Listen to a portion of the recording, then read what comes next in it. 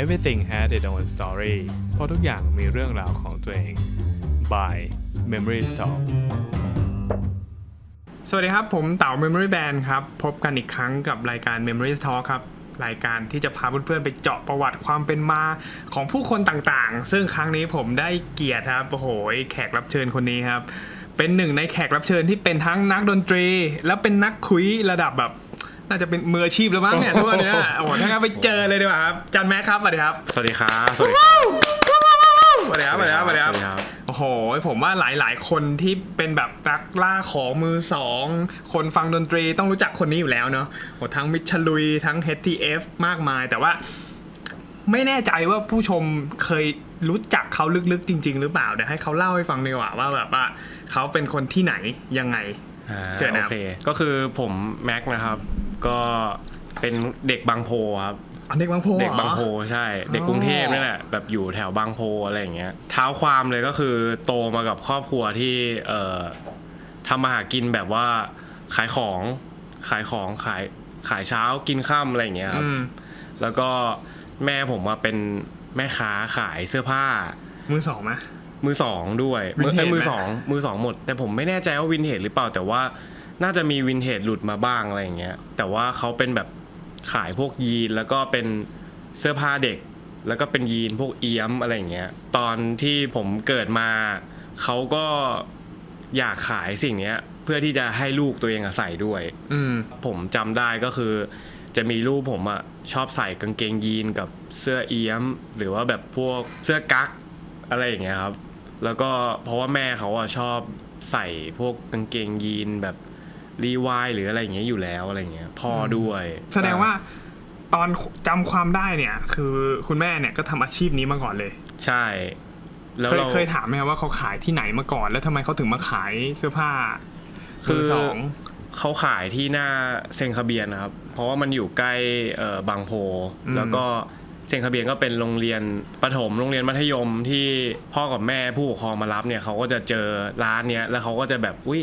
อยากซื้อให้ลูกใส่จังอะไรเงี้ยเขาก็มองว่าแอเรียตรงเนี้ยมันขายได้อะไรเงี้ยครับมันอยู่ใกล้บ้านใช่อยู่ใกล้บ้านด้วยแล้วก็สมัยก่อนก็จะมีพวกร้านค้าพวกเนี้ยไปเปิดหน้าโรงเรียนเยอะไม่ได้แบบเหมือนสมัยนี้ที่พวกตำรวจเขากวาดล้างหมดแล้วอะไรเงี้ยเป็นฟิลตลาดนัดอย่างนี้หรอใช่ตลาดนัดเล็กๆเลยอะไรเงี้ยแบบเปิดขายตอนเช้าแล้วก็ตอนเลิกเรียนพอผู้ปกครองเขาก็จะมาแบบมารับเด็กแล้วเขาก็จะมาเห็นว่าแบบเอ้ยตัวนี้น่ารักอะไรอย่างเงี้ยก็ใส่อะไรเงี้ยเคยถามแม่ว่าแม่ขายมานานยังเขาก่อนหน้านี้เขาเป็นเซลล์แบบขายรถแล้วเขาไปเจอพ่ออะไรเงี้ยครับแล้วพอออกมาปุ๊บมีลูกมีผมมีน้องอะไรเงี้ยเขาก็แบบออกมาทำเองแล้วเขารู้สึกว่าการขายของมือสองขายเสื้อผ้าอย่างเงี้ยมันได้เงินเยอะกว่าแล้วเราสามารถบริหารเวลาตัวเองได้มากกว่าอะไรเงี้ยครับเขาก็ไปรับของมาจากโรงเกลืออะไรอย่างเงี้ยครับแสดงว่าจริงๆก็อาชีพเนี้ยก็เริ่มพร้อมๆตอนที่แม็กเกิดใช่ใช่ใช่เป็นช่วงเปลี่ยนอะไรเงี้ยใช่ช่วงนั้นแสดงว่าแม็กก็โตมากับเสื้อผ้ามือสองเลยดิใช่เพราะว่าบ้านเก่าผมอะไรเงี้ยหม่อมเหมือนอาจจะเคยไปเขาก็จะเห็นแบบราวตากผ้าแล้วก็เสื้อผ้าที่มันเยอะมากๆใช่ซักเองแล้วก็แขวนตากแล้วเอามาขายงี้หรอใช่ใช่อะไรอย่างนั้นครับใช่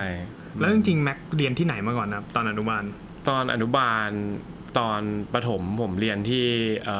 อนุบาลสามเสนอยู่แถวเรวดีครับอยู่ใกล้ตึกแดงเลยใช่แถบนั้นแล้วก็แต่สมัยนั้นยังไม่มีตึกแดง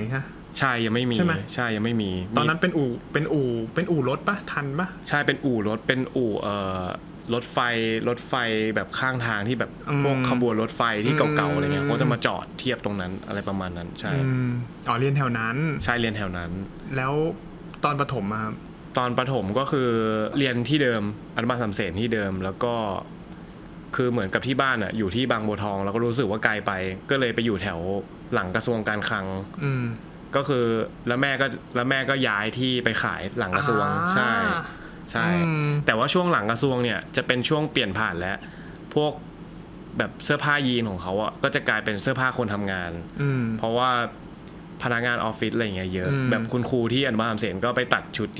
ที่แม่ผมอะไรเงี้ยครับใช่ก็เปลี่ยนของที่ขายให้ตรงกับตลาดใช่ให้ตรงกับตลาดให้ตรงกับทาร์เก็ตแต่เข้าใจเลยว่าแบบเหมือนคนขายเสื้อผ้ามือสองอะไรเงี้ยก็แบบพอมีลูกก็อยากให้ลูกใส่บ้างอะไรเงี้ยนะใช่ก็จะเก็บแบบพวกตัวแบบสวยๆไว้ให้ลูกตัวเองใส่ใช่เขาก็จะยังเก็บตัวที่แบบน่ารักใส่แล้วแบบพอมีหลานปุ๊บน้องผมแบบมีลูกอะไรเงี้ยเขาก็จะเอาเสื้อผ้า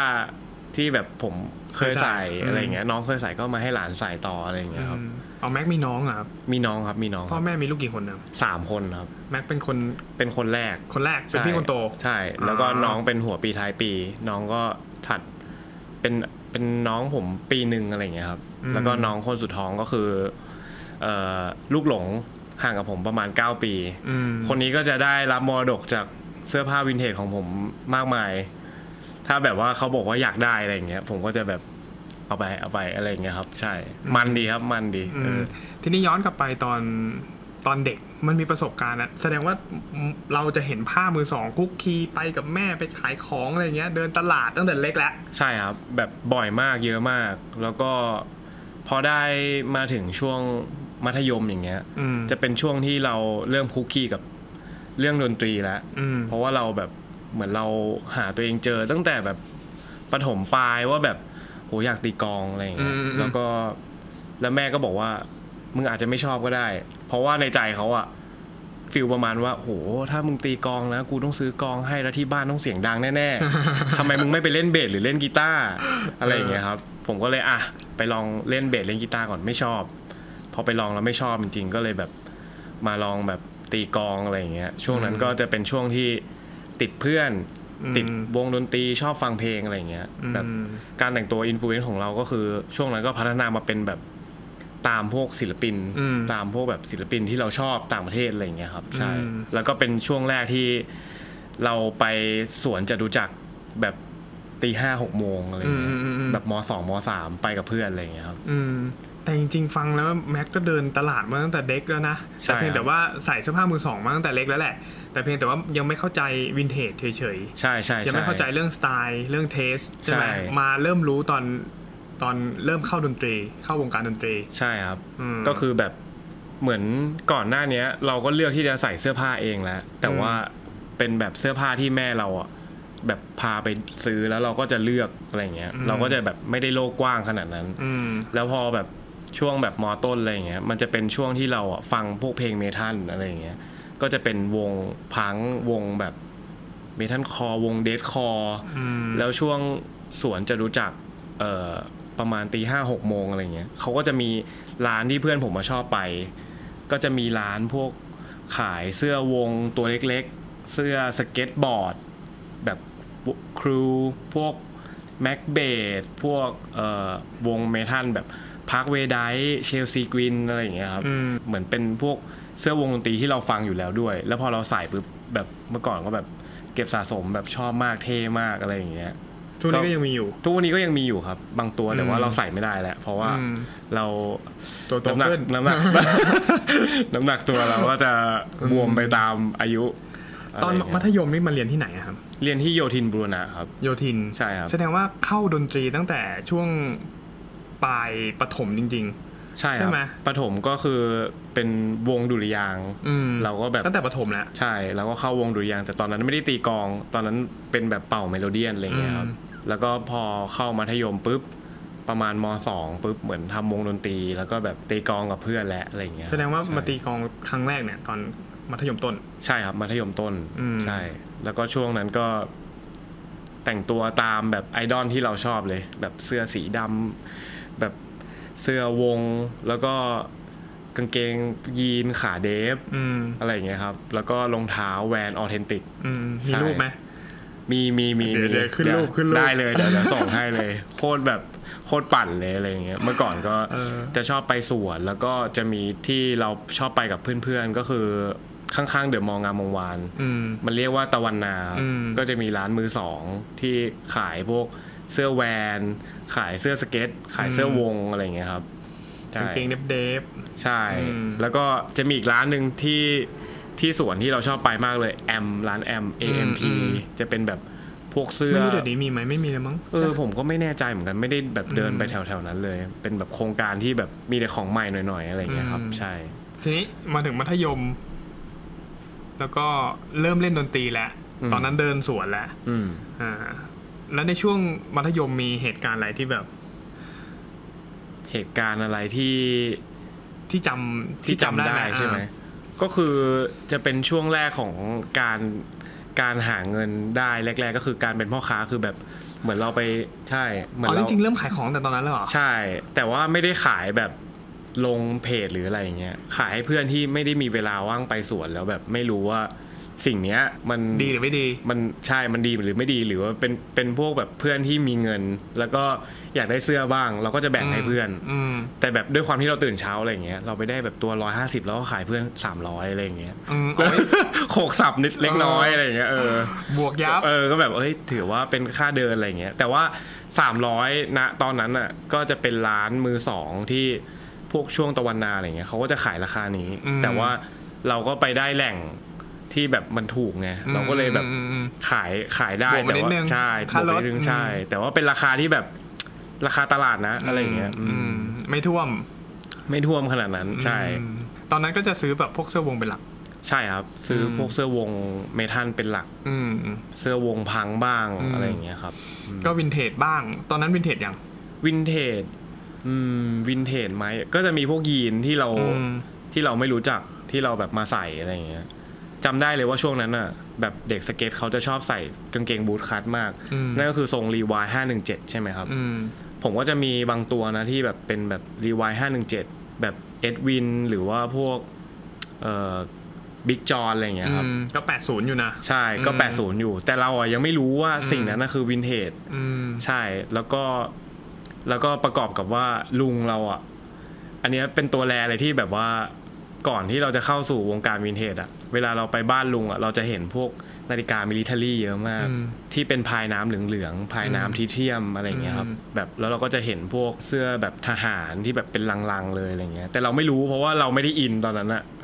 แสดงว่าจริงๆเห็นผ่านตาตั้งแต่เล็กๆแล้วใช่แล้วก็แบบไม่ใช่แค่คุณแม่ที่ขายของคุณลุงก็เป็นคนเก็บใช่แต่ไม่ได้ขายใช่แต่เขาขายเหมือนกันครับ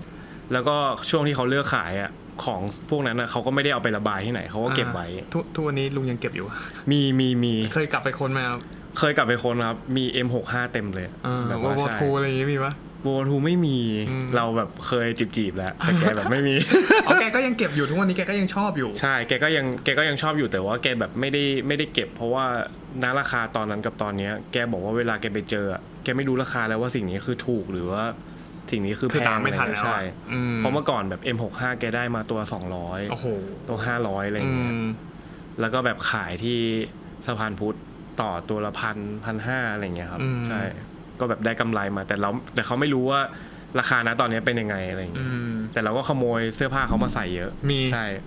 พวกรีวายแบบ110ปีอะไรอย่างเงี้ยครับกระดุมตอง5โหถ้าแกแบบเก็บถูกตัวนี่รวยเลยนะใช่เขาก็บอกว่าเมื่อก่อนเขาซื้อไม่ไหวเขาเป็นพ่อค้าที่แบบเหมือนกำลังของคนซื้อช่วงนั้นน่ะเหมือนมันแมสประมาณเนี้ยแบบไม่แพงมากเขาก็จะเน้นขายไวอะไรอย่างเงี้ยครับเขาก็จะแบบไม่ได้มีพวกตัวลึกมากใช่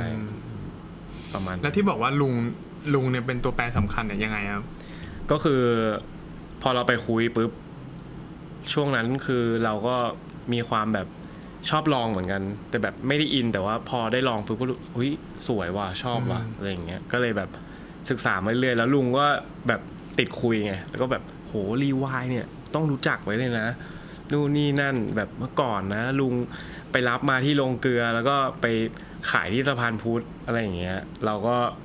โหเริ่มจุดประกายแล้วเริ่มว่าแบบเฮ้ยผ้ายีนอย่างเงี้ยมันลึกนะแบบเป็นเม็ดเลยอันนี้แห้งเราก็จะรู้คำศัพท์จากลุงตรงนี้ว่าแบบเฮ้ยยีนแบบเนี้ยมันแห้ง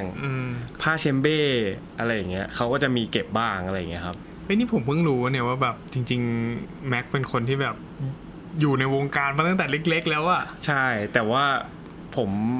ใส่เองมากกว่าเสียดายแบบไม่อยากขายอะไรอย่างเงี้ยบางตัวเป็นฟิลนั้นครับจริงๆก็ลุงก็สอนอะไรมาเยอะเกี่ยวกับวินเทจใช่เรื่องการดูผ้าเรื่อง คำศัพท์เรื่องนู่นนี่นั่นเลยใช่ไหม ใช่ แล้ว ก็ ก็ประกอบกับว่าอากงผมอะที่เป็นพ่อของแม่กับลุงผมอะเขาก็มีจักรเก่าอะไรเงี้ยเขาก็จะเย็บผมก็จะเห็นเขาเย็บผ้าทำแพทเทิร์นขึ้นแบบพวกกางเกงสแลกเก่าอะไรเงี้ยครับมีจักรเก่าด้วย แล้วเราก็ได้สกิลแบบเหมือนเห็นอากงตอนนั้นมาอะไรเงี้ยช่วงนี้คือแบบถ้าเสื้อคอปมาแรงใช่ไหมผมก็ซื้อมาแล้วก็แบบลายสวยแต่ว่ามันยาวไปผมก็ตัดหมดอะไรเงี้ยเย็บเองด้วยอะไรเงี้ย จากตัวนั้นยังอยู่ ยังอยู่ครับยังอยู่ แล้วเรายังใช้อยู่ป่ะ ผมไม่ได้ใช้นะเพราะว่ามันค่อนข้างยาก ใช่ ใช่ก็แบบซื้อแบบจักรใหม่มาทำอะไรเงี้ยครับใช่ อ๋อแต่ก็ได้ทักษะมา ใช่ได้ทักษะมาแล้วก็รู้สึกว่าสิ่งนี้มันไม่ได้ยากอะไรเงี้ยครับมันแบบเห็นผ่านตา คนที่แบบใส่มือสองบางคนเขาก็จะรู้สึกว่าเฮ้ยเย็บเองมันอาจจะไม่เรียบร้อยอะไรเงี้ยส่งร้านดีกว่า แต่เรามองว่าเย็บเองอ่ะมันไม่เรียบร้อยจริงแต่ว่ามันเป็นคุณค่าของเราที่เรารู้สึกว่าแบบโหนี่ตัวนี้แม่ง กูเย็บเองอ่ะกูเย็บเองอะไรอย่างเงี้ยประมาณนั้นครับใช่ ผมเป็นคนหนึ่งเหมือนกันที่แบบรู้สึกว่าชอบความไม่เนียบของการซ่อมเสื้อผ้ามือสองมากกว่าเนียบ ใช่ ผมรู้สึกว่ามันแบบพอไม่เนียบแล้วมันความไม่เพอร์เฟกต์อ่ะมันเลยทำให้มันแบบมันดูมีเสน่ห์ ใช่ผมแบบชอบมากเลยแบบอะไรที่มันแบบรอยเปื้อนรอยจุดรอยแบบความแบบเหมือนเพื่อนในวงก็ชอบแซวว่าแบบมึงไม่ชอบใส่เสื้อขาดเฮ้ยสไตล์มึงเลยอะไรอย่างเงี้ยเราก็เจอเราก็แบบชอบกูใส่หมดอะไรอย่างเงี้ยอะไรอย่างเงี้ยใช่ ทีนี้ย้อนกลับมาตอนมัธยมต้นตอนที่เริ่มกลับไปคุยบ้านลุงเนี่ยก็คือตอนนี้ ใช่ เพราะว่าเริ่มชอบเสื้อผ้าวินเทจละใช่เพราะว่าเวลาเราไปสวนเราก็จะโม้ให้ลุงฟังว่าเราไปโดนตัวนี้มาอะไรเงี้ยเขาก็แบบว่ามึงยังอ่อนหัดนักอะไรอย่างเงี้ยอะไรอย่างเงี้ยฟิลขิงเราอะไรอย่างเงี้ยใช่เพราะว่าลุงก็แบบเป็นเหมือนเพื่อนเราเขาไม่ให้เราเรียกลุงด้วยเขาให้เรียกชื่อปกติเลยเอาเหรอใช่แสดงว่าซีกับลุงเลยก็ซีครับใช่ซีก็แบบว่ามันดีครับแบบเขาก็พาเราไปนู่นนี่นั่นเขาก็แบบคลองถมกลางคืนเคยไปไหมนู่นนี่นั่นอะไรอย่างเงี้ยเขาเห็นแล้วชอบเขาก็พาไปใช่เขาก็พาไปเขาก็แบบดีป่ะพาเราไปอะไรอย่างเงี้ยมันดีครับแล้วตอนไปคลองถมเป็นไงบ้างครับตอนนั้นอายุเท่าไหร่อ่ะตอนนั้นช่วงแบบม.3 ม.2 ม.3 อะไรอย่างเงี้ยไปกับลุงแล้วแต่ว่าช่วงนั้นอ่ะเรากลับไปอินพวกเกมมากกว่าแล้วเราเจอคลองถมปุ๊บเราก็จะเจอแต่พวกเกมพวกซีดีอะไรอย่างเงี้ยเราก็จะได้พวกแบบเกมมาซะส่วนใหญ่ซีดีหนังโป๊บ้างปะปายเราเล่นอะไรอย่างเงี้ยครับของจริงนี่วางเต็มเลยน้องแมทเพียบเลยซีดีอะไรอย่างเงี้ยครับก็คือตอนนั้นสายตาก็จะไม่ได้แบบโฟกัสที่เสื้อผ้าเท่าไหร่มันก็ไปคุยไปอะไรอย่างอื่นแต่ว่าก็ยังอยู่ในตลาดใช่เพราะว่าเสื้อผ้าตอนนั้นน่ะเราถ้ามันไม่ใช่เสื้อวงที่เราชอบอ่ะเราไม่สนใจเลยอะไรเงี้ยแบบเป็นฟิลแบบเรายังไม่อินพวกวินเทจขนาดนั้นอะไรเงี้ยครับใช่ก็ปล่อยผ่านทีนี้พอจบม.3 เสร็จปุ๊บช่วงมัธยมปลายเป็นไงบ้างครับเป็นช่วงที่กางเกงยีนบูมมากจำได้เลยว่าช่วงนั้นคือเพื่อนแบบเริ่มปั้นเฟดกันแล้วเป็นช่วงที่แบบต่อให้ใส่ยีนอะไรก็ตามก็จะแบบโหมีเฟดก็คือเฮ้ยมึงเฟี้ยวมึงใส่มานานเป็นลายมึงอะไรอย่างเงี้ยแล้วเราเพื่อนก็จะใส่นูดดี้กันเป็นช่วงที่นูดดี้มาแรงมากแต่เราไม่มีตังค์เราก็จะใส่บิ๊กจอนแล้วก็เป็นผ้าดิบเหมือนกันอะไรเงี้ยครับซึ่งเป็นทรงแบบทรงเดียวกับรีไวท์517เลยมีความบูทคัทหน่อยๆแล้วเราก็จะใส่พวกรองเท้าที่เป็นแวนออเทนติกใช่ไหมแล้วก็คอนเวิร์สรีโปอะไรเงี้ยครับชักเทเลอร์แต่งตัวง่ายๆใส่ง่ายๆแล้วก็เสื้อก็จะเป็นเสื้อวงตลอดไม่ก็เสื้อสเก็ตเพราะว่าแบบ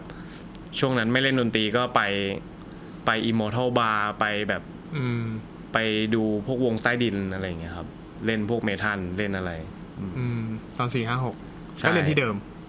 ครับ4-5-6เรียนที่เดิมแล้วผมว่าโยธินบูรณะเนี่ยเป็นโรงเรียนที่ปั้นนักดนตรีค่อนข้างเยอะเหมือนกันนะพี่ยิ้มสมเกียรติอะไรอย่างเงี้ยแล้วก็แบบหลังๆนี้ก็จะเป็นแบบพวกแบ็คอัพพวกอะไรอย่างเงี้ยไปประมาณนั้นครับใช่ซึ่งดนตรีเราก็เรียนคุกคีอยู่ในโรงเรียนอยู่แล้วใช่ในแฟชั่นเนี่ยเราก็แบบคอยไปสวนเจอลุงบ้างค่อยๆแบบพัฒนาเรื่องของรสนิยมการแต่งตัวเราขึ้นมาเรื่อยๆใช่เป็นช่วงวัยตามเพื่อนบ้างตามอินฟลูเอนเซอร์แบรนด์ตามอะไรอย่างเงี้ยบ้างตอนนั้นอินฟลูเอนเซอร์ตามใครอ่ะตามวงดนตรีอย่างเดียวครับที่ผมได้บอกว่าแบบว่า ก็เป็นพวกวงดนตรีแหละใช่วงเมทัลเขาจะใช่ Bring Me the Horizon อะไรเงี้ยเขาจะใส่เสื้อดำแล้วก็กางเกงขาเดฟรัดติ้วๆอะไรเงี้ยครับขานิดใช่อะไรอย่างนั้นแล้วทีนี้ HTF มาตอนไหนอ่ะ HTF ตอนมหาลัยไหมใช่ตอนมหาลัยครับตอนมหาลัยจริงๆช่วงแรกๆเลยเราอยู่คนละวงกับ HTF เราเพราะว่าผมมาเรียนนิเทศแต่ว่าหม่อมปิงก้องอ่ะเขาเรียนคณะดนตรีแล้วเราอ่ะมีเพื่อนที่อยู่คณะดนตรีแล้วเพื่อนคนนั้นอ่ะที่ชื่อนัทอ่ะเขาก็พาไปให้รู้จัก3คนนี้แบบฟิลแบบเฮ้ยมารู้จักกันอะไรอย่างเงี้ยอ๋อแสดงว่าตอนแรกคุณเรียนนิเทศเหรอเรียนจบเลยปะใช่ผมเรียนจบนิเทศเลยใช่เอาเหรอนิเทศวิทยุโทรทัศน์ครับใช่ก็ผมเข้าใจว่าคุณเรียนด้วยกันแต่ว่าแบบเรียนก็แยกเรียนแล้วพอหลังเรียนก็มาเจอกันโอเคมาเล่นดนตรีด้วยกันแล้วทำไมถึงไปเรียนนิเทศอ่ะทั้งที่แบบเราอ่ะอยากต่อดนตรีมากแล้วแม่ไม่ให้โหร้องไห้ฟูมฟายอกหักหนักมากอะไรเงี้ยเพราะว่าแบบแม่ไปถามพี่มิ้นมือกีตาร์วงศรีราชาล็อกเกอร์ซึ่งเป็นแบบญาติห่างๆเราเว้ยว่าแบบว่ามิ้นถ้าแม็กชอบดนตรีอ่ะมิ้นว่าให้แม็กไปเรียนมหาลัยที่ไหนดีพี่มิ้นบอกว่าถ้าแม็กชอบดนตรีจริงๆอ่ะผมว่าอยากให้แม็กเรียนดนตรีเลยแม่เดี๋ยวจะอกหักตอนนั้นเราไม่เข้าใจเลยเว้ยแล้วเราก็แบบงอแงมากว่าแบบทำไมอะไรเงี้ยสรุปว่าโตมาก็เข้าใจแล้วว่าแบบการแข่งขันของในมหาลัยดนตรีอ่ะมันสูงอะไรเงี้ยแล้วแบบขนาดแบบคุณครูในมหาลัยดนตรีเขายังบอกเลยว่าออกมาถ้าไม่ใช่นักดนตรีถ้าไม่ใช่แบ็คอัพอ่ะถ้าไม่ใช่ครูก็เตะฝุ่นอะไรเงี้ยเพราะว่ามันค่อนข้างแบบมันไม่ได้กว้างขนาดนั้นแบบวงการนี้อะไรเงี้ยแม่ก็เลยบอกว่าไปเรียนอะไรที่เราแบบยังพอทำได้ดีกว่าพวกศิลปะพวกอะไรเงี้ยที่แบบเราชอบด้วยอะไรเงี้ยครับซึ่งตอนนั้นอกหักเลยแซดเลยเพราะว่าแบบเราก็ชอบดนตรีมากแล้วแบบเรากลัวว่าเข้ามหาลัยแล้วเราจะไม่ได้เล่นดนตรีอีกแต่ปรากฏว่าเข้าไปปุ๊บด้วยความที่เราก็ดื้อแบบเรียนก็เรียนอยากเล่นดนตรีก็อยากเล่นอะไรเงี้ยก็เลยแบบเข้าไปแบบขอเพื่อนเล่นแต่ว่าเข้าไปครั้งแรกก็คือไปรับน้องอย่างเงี้ยมีพี่ที่เคยจบแล้วอ่ะเขาก็แบบว่าใครเล่นดนตรีบ้างยกมือขึ้นอะไรเงี้ยทั้งรุ่นประมาณ50คนอะไรเงี้ยในนิเทศนะผมก็ยกมือกันอยู่2คนอะไรเงี้ยเขาก็แบบอยากเล่นดนตรีเปล่าอะไรเงี้ยเขาก็เลยชวนไปเล่นก็เลยได้ไปเล่นงานหนึ่งที่เพยาร์ดไปเล่นกับวงเก่าชื่อวง Toilet Dog ครับช่วงนั้นพี่เขาก็เปิดโลกเราเหมือนกันนะแบบว่าจากที่เราเคยฟังเพลง Underground อะไรเงี้ยก็มาฟังพวก Radiohead มาฟังพวก Coldplay มาฟังพวกวงที่เมนสตรีมขึ้นมาเป็นแบบฝั่งอินดี้แล้วอะไรเงี้ยแล้วเราก็ไม่ได้ด้วยความที่เราชอบแฟชั่นนะเราก็ไม่ได้ดูแค่ดนตรีเราก็ไปดูสไตล์การแต่งตัวเขาอะไรเงี้ยโหแบบตอนนั้นคือแบบเปิดโลกโหเท่สัตว์อะไรเงี้ยทอมยอร์กแม่งเท่มากเลยว่ะย้อมผมอย่างงี้ใส่เสื้อแขนสโลปอะไรเงี้ยแบบแขนแบบที่แบบ2สีอะไรเงี้ยแบบกางเกงแบบนี้ขาม้าอะไรเงี้ยครับแล้วก็นั่นแหละก็เป็นช่วงที่เราเริ่มเข้ามาในแบบวินเทจจริงๆแล้วก็ตามวัยเนาะหมายถึงว่าพอแบบเหมือนช่วงเปลี่ยนผ่านมาช่วงมหาลัยอย่างเงี้ยมันได้เจอกลุ่มคนใหม่ได้เจอสังคมใหม่อะไรเงี้ยมันก็ทำให้เราได้เรียนรู้อะไรใหม่ๆมากทั้งเรื่องของดนตรีเรื่องของการแต่งตัวใช่ไหมแล้วเขาก็จะแบบพาเราไปสวนไปอะไรอย่างเงี้ยไปสวนที่เราเคยไปแค่แอเรียนี้แล้วพี่เขาก็จะพาเราไปอีกแอเรียโซนมือสองอีกแอเรียนึงก็จะแบบเมื่อก่อนเขาชื่อแก๊งอะไรวะแฮปปี้อโลนอะไรสักอย่างแก๊งแบบแก๊งที่เขาฟังพวกเพลงอินดี้เพลงแบบบิทร็อกอะไรอย่างเงี้ยครับแต่งตัวกันแบบมันมากแบบโหไม่เคยเจออะไรอย่างนี้เลยอะไรเงี้ยแล้วเราก็เขาใส่ผ้าบางกันอะไรอย่างเงี้ยแบบบางมากๆกางเกงขาม้าแบบรองเท้าส้นสูงอะไรอย่างเงี้ยรองเท้าบูทอะไรอย่างเงี้ยเราก็แบบโหเท่ว่ะแรดว่ะอะไรเงี้ยนั่นคือปี 1ใช่นั่นคือปี 1แล้วก็เริ่มเข้ามารู้จักกับสมาชิกของ HTF ใช่ตอนช่วงยุคนั้นใช่หลังจากที่แบบไปเล่นวงกลางคืนมาก่อนใช่ป่ะใช่แล้วก็เหมือนกล้องหม่อมเขาก็เล่นกลางคืนแล้วเหมือนเขาเล่นกับมือกลองอีกคนนึงแล้วเหมือนท ทีหลังอ่ะเขาก็ให้ผมมาไปแทนมือกลองคนนั้นแล้วหลังจากประมาณปี2ปุ๊บอะพวกผมก็เล่นดนตรีเสร็จปุ๊บก็ออกไปเล่นร้านกลางคืนกันเลยครับเป็นช่วงที่เริ่มหาเงินเองอะไรอย่างเงี้ยช่วงนั้นคือมันมากแบบเรียนเสร็จปุ๊บออกไปแบบไฟแรงอะครับนอนน้อยก็ไม่เป็นไรอะไรเงี้ยออกไปทำงานเล่นดนตรีเล่นที่ยุทธยาอะไรอย่างเงี้ยกลับมารังสิตตอนนี้รู้จักหม่อมแล้วรู้จักแล้วใช่รู้จักแล้วถ้างั้นก็เอาหม่อมเข้ามาเลยดีกว่ามาเลยดีกว่ามาเลย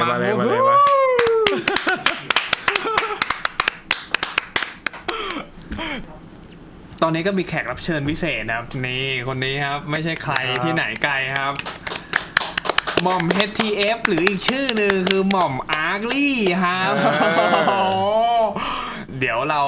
เข้าตรง HTF เลยแล้วกันว่าแบบพอมาเจอแล้วเนี่ยเรื่องราวเป็นยังไงในช่วงแรกๆที่เริ่มทำวงนี้ขึ้นมาช่วงแรกๆเลยใช่ไหมมันก็จะเป็นแบบเหมือนเราก็ซ้อมกันใหม่แรกๆเนาะเลยเหมือนแบบ ผมอ่ะเป็นคนแบบหน้านิ่งเว้ยแล้วแบบชอบมองหน้าอะไรอย่างเงี้ยชอบแบบมองเช็คนู่นเช็คนี่อะไรอย่างเงี้ยแล้วตอนนั้นผมยาวแบบแสกกลางอะไรอย่างเงี้ยทีนี้ก็แบบพี่แม็กก็เคยบอกว่าเชี่ยนี่มึงเป็นอะไรวะมันมองแบบหนาว่าอะไรอย่างเงี้ยแบบเจอแรกๆจะไม่ค่อยแบบเหมือนยังไม่สนิทอะไรอย่างเงี้ย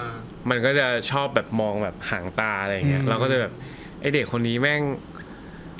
ทำไมพฤติกรรมมันดูไม่เป็นมิตรเลยวะอะไรอย่างเงี้ยเช็คของเปล่าไม่หรอกคือผมเป็นปกติเว้ยผมแบบเข้าหาคนไม่เป็นอะไรอย่างเงี้ยแต่พอรู้จักจริงแบบทำวงด้วยกันจริงๆก็รู้สึกว่ามันก็เป็นอย่างเงี้ยแหละใช่แล้วก็แบบเรื่องสไตล์การแต่งตัวอะไรอย่างเงี้ยเมื่อก่อนตอนนั้นหม่อมก็เฟี้ยวเขาก็จะเป็นแบบเสื้อออกฟอร์ดแล้วก็นุ่งทับกางเกงยีนที่แบบขาใหญ่ๆแล้วก็รองเท้าแบบคอนเวิร์ตชักเทเลอร์อะไรอย่างเงี้ยอะไรแบบฟิลนั้นจำดีเทล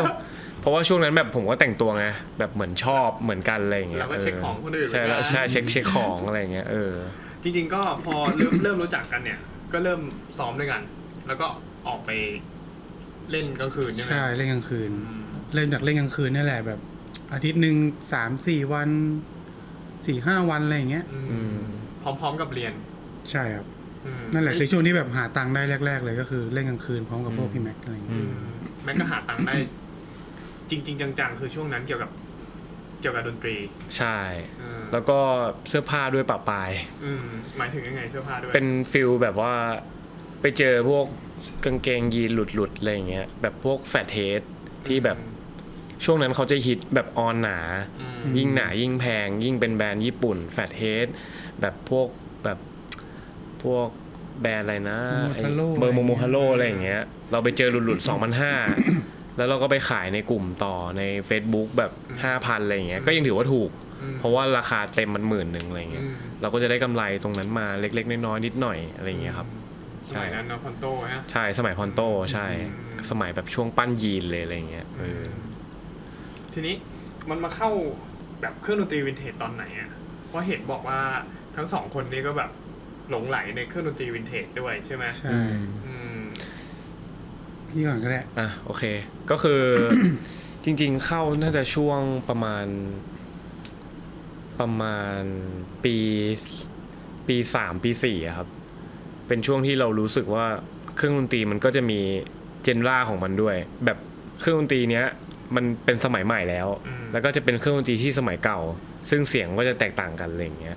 แล้วเรากลายเป็นเราหลงไหลเสียงเก่าอยู่แล้วเสียงที่มันมีความแบบปั้นได้อะไรอย่างเงี้ยแล้วไปชอบ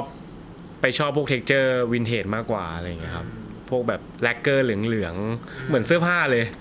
ที่แบบจากขาวจากออฟไวท์เป็นแบบเหลืองหน่อยๆเปื้อนหน่อยๆอะไรอย่างเงี้ยแบบฟิลนั้นแล้วมันมีราคาด้วยที่แบบมันอินเวสได้ครับเป็นราคาที่แบบเมื่อก่อนราคานี้แต่ว่าตอนนี้ราคามันสูงขึ้นเรื่อยๆเพราะว่ามันหายากมันก็ประกอบกับเราอาจจะพร้อมเรื่องการเงินด้วยเพราะเราเริ่มหาเงินได้อะไรเงี้ยบวกความรู้ด้วยอะไรเงี้ยใช่รสนิยมเราก็ค่อยๆพัฒนาขึ้นมาเรื่อยๆใช่แบบเราก็ค่อยๆแบบใช้เงินเก่งขึ้นเรื่อยๆแล้วอย่างตัวแรกที่ซื้อเป็นตัวอะไรครับตัวแรกที่ซื้อหมายถึงกองใช่ไหมเป็นกองลูดวิกขับเดทครับ เป็นแบบน่าจะประมาณปีแบบ70-80เราได้จาก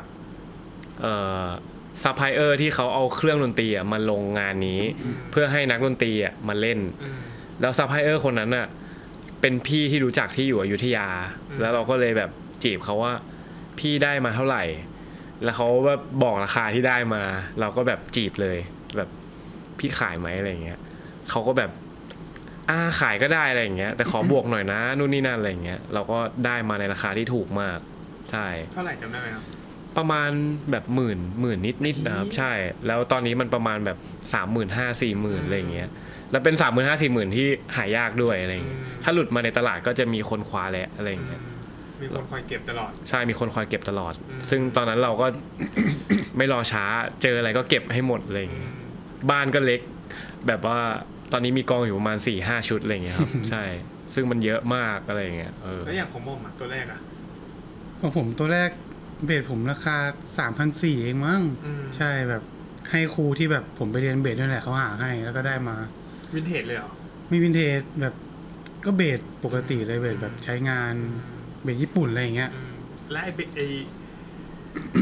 บสวินเทจตัวแรกนี่คืออะไรก็คือตัวที่ใช้ปัจจุบันนี้เลยครับเบสวินเทจตัวแรกจริงๆมีก่อนอีกตัวนึงแต่ตัวเนี้ยเก่ากว่าแล้วก็ราคาสูงกว่าอย่างตัวแรกคือตัวอะไรตัวแรกเป็นปีของปี74ครับ Rickenbacker อันนั้นก็ได้มาจากพอพี่แม็กหาเจอเหมือนกันเอาแม็กหาให้ใช่แล้วเราก็ส่งให้เพราะว่าจริงๆผมไม่ได้มีแค่กองนะผมมีทั้งกีตาร์มีทั้งเบสวินเทจเหมือนกันอะไรเงี้ยที่แบบชอบแล้วก็เก็บอะไรเงี้ยนั่นเป็นแบบทรงแปลกๆด้วยพอดีแบบ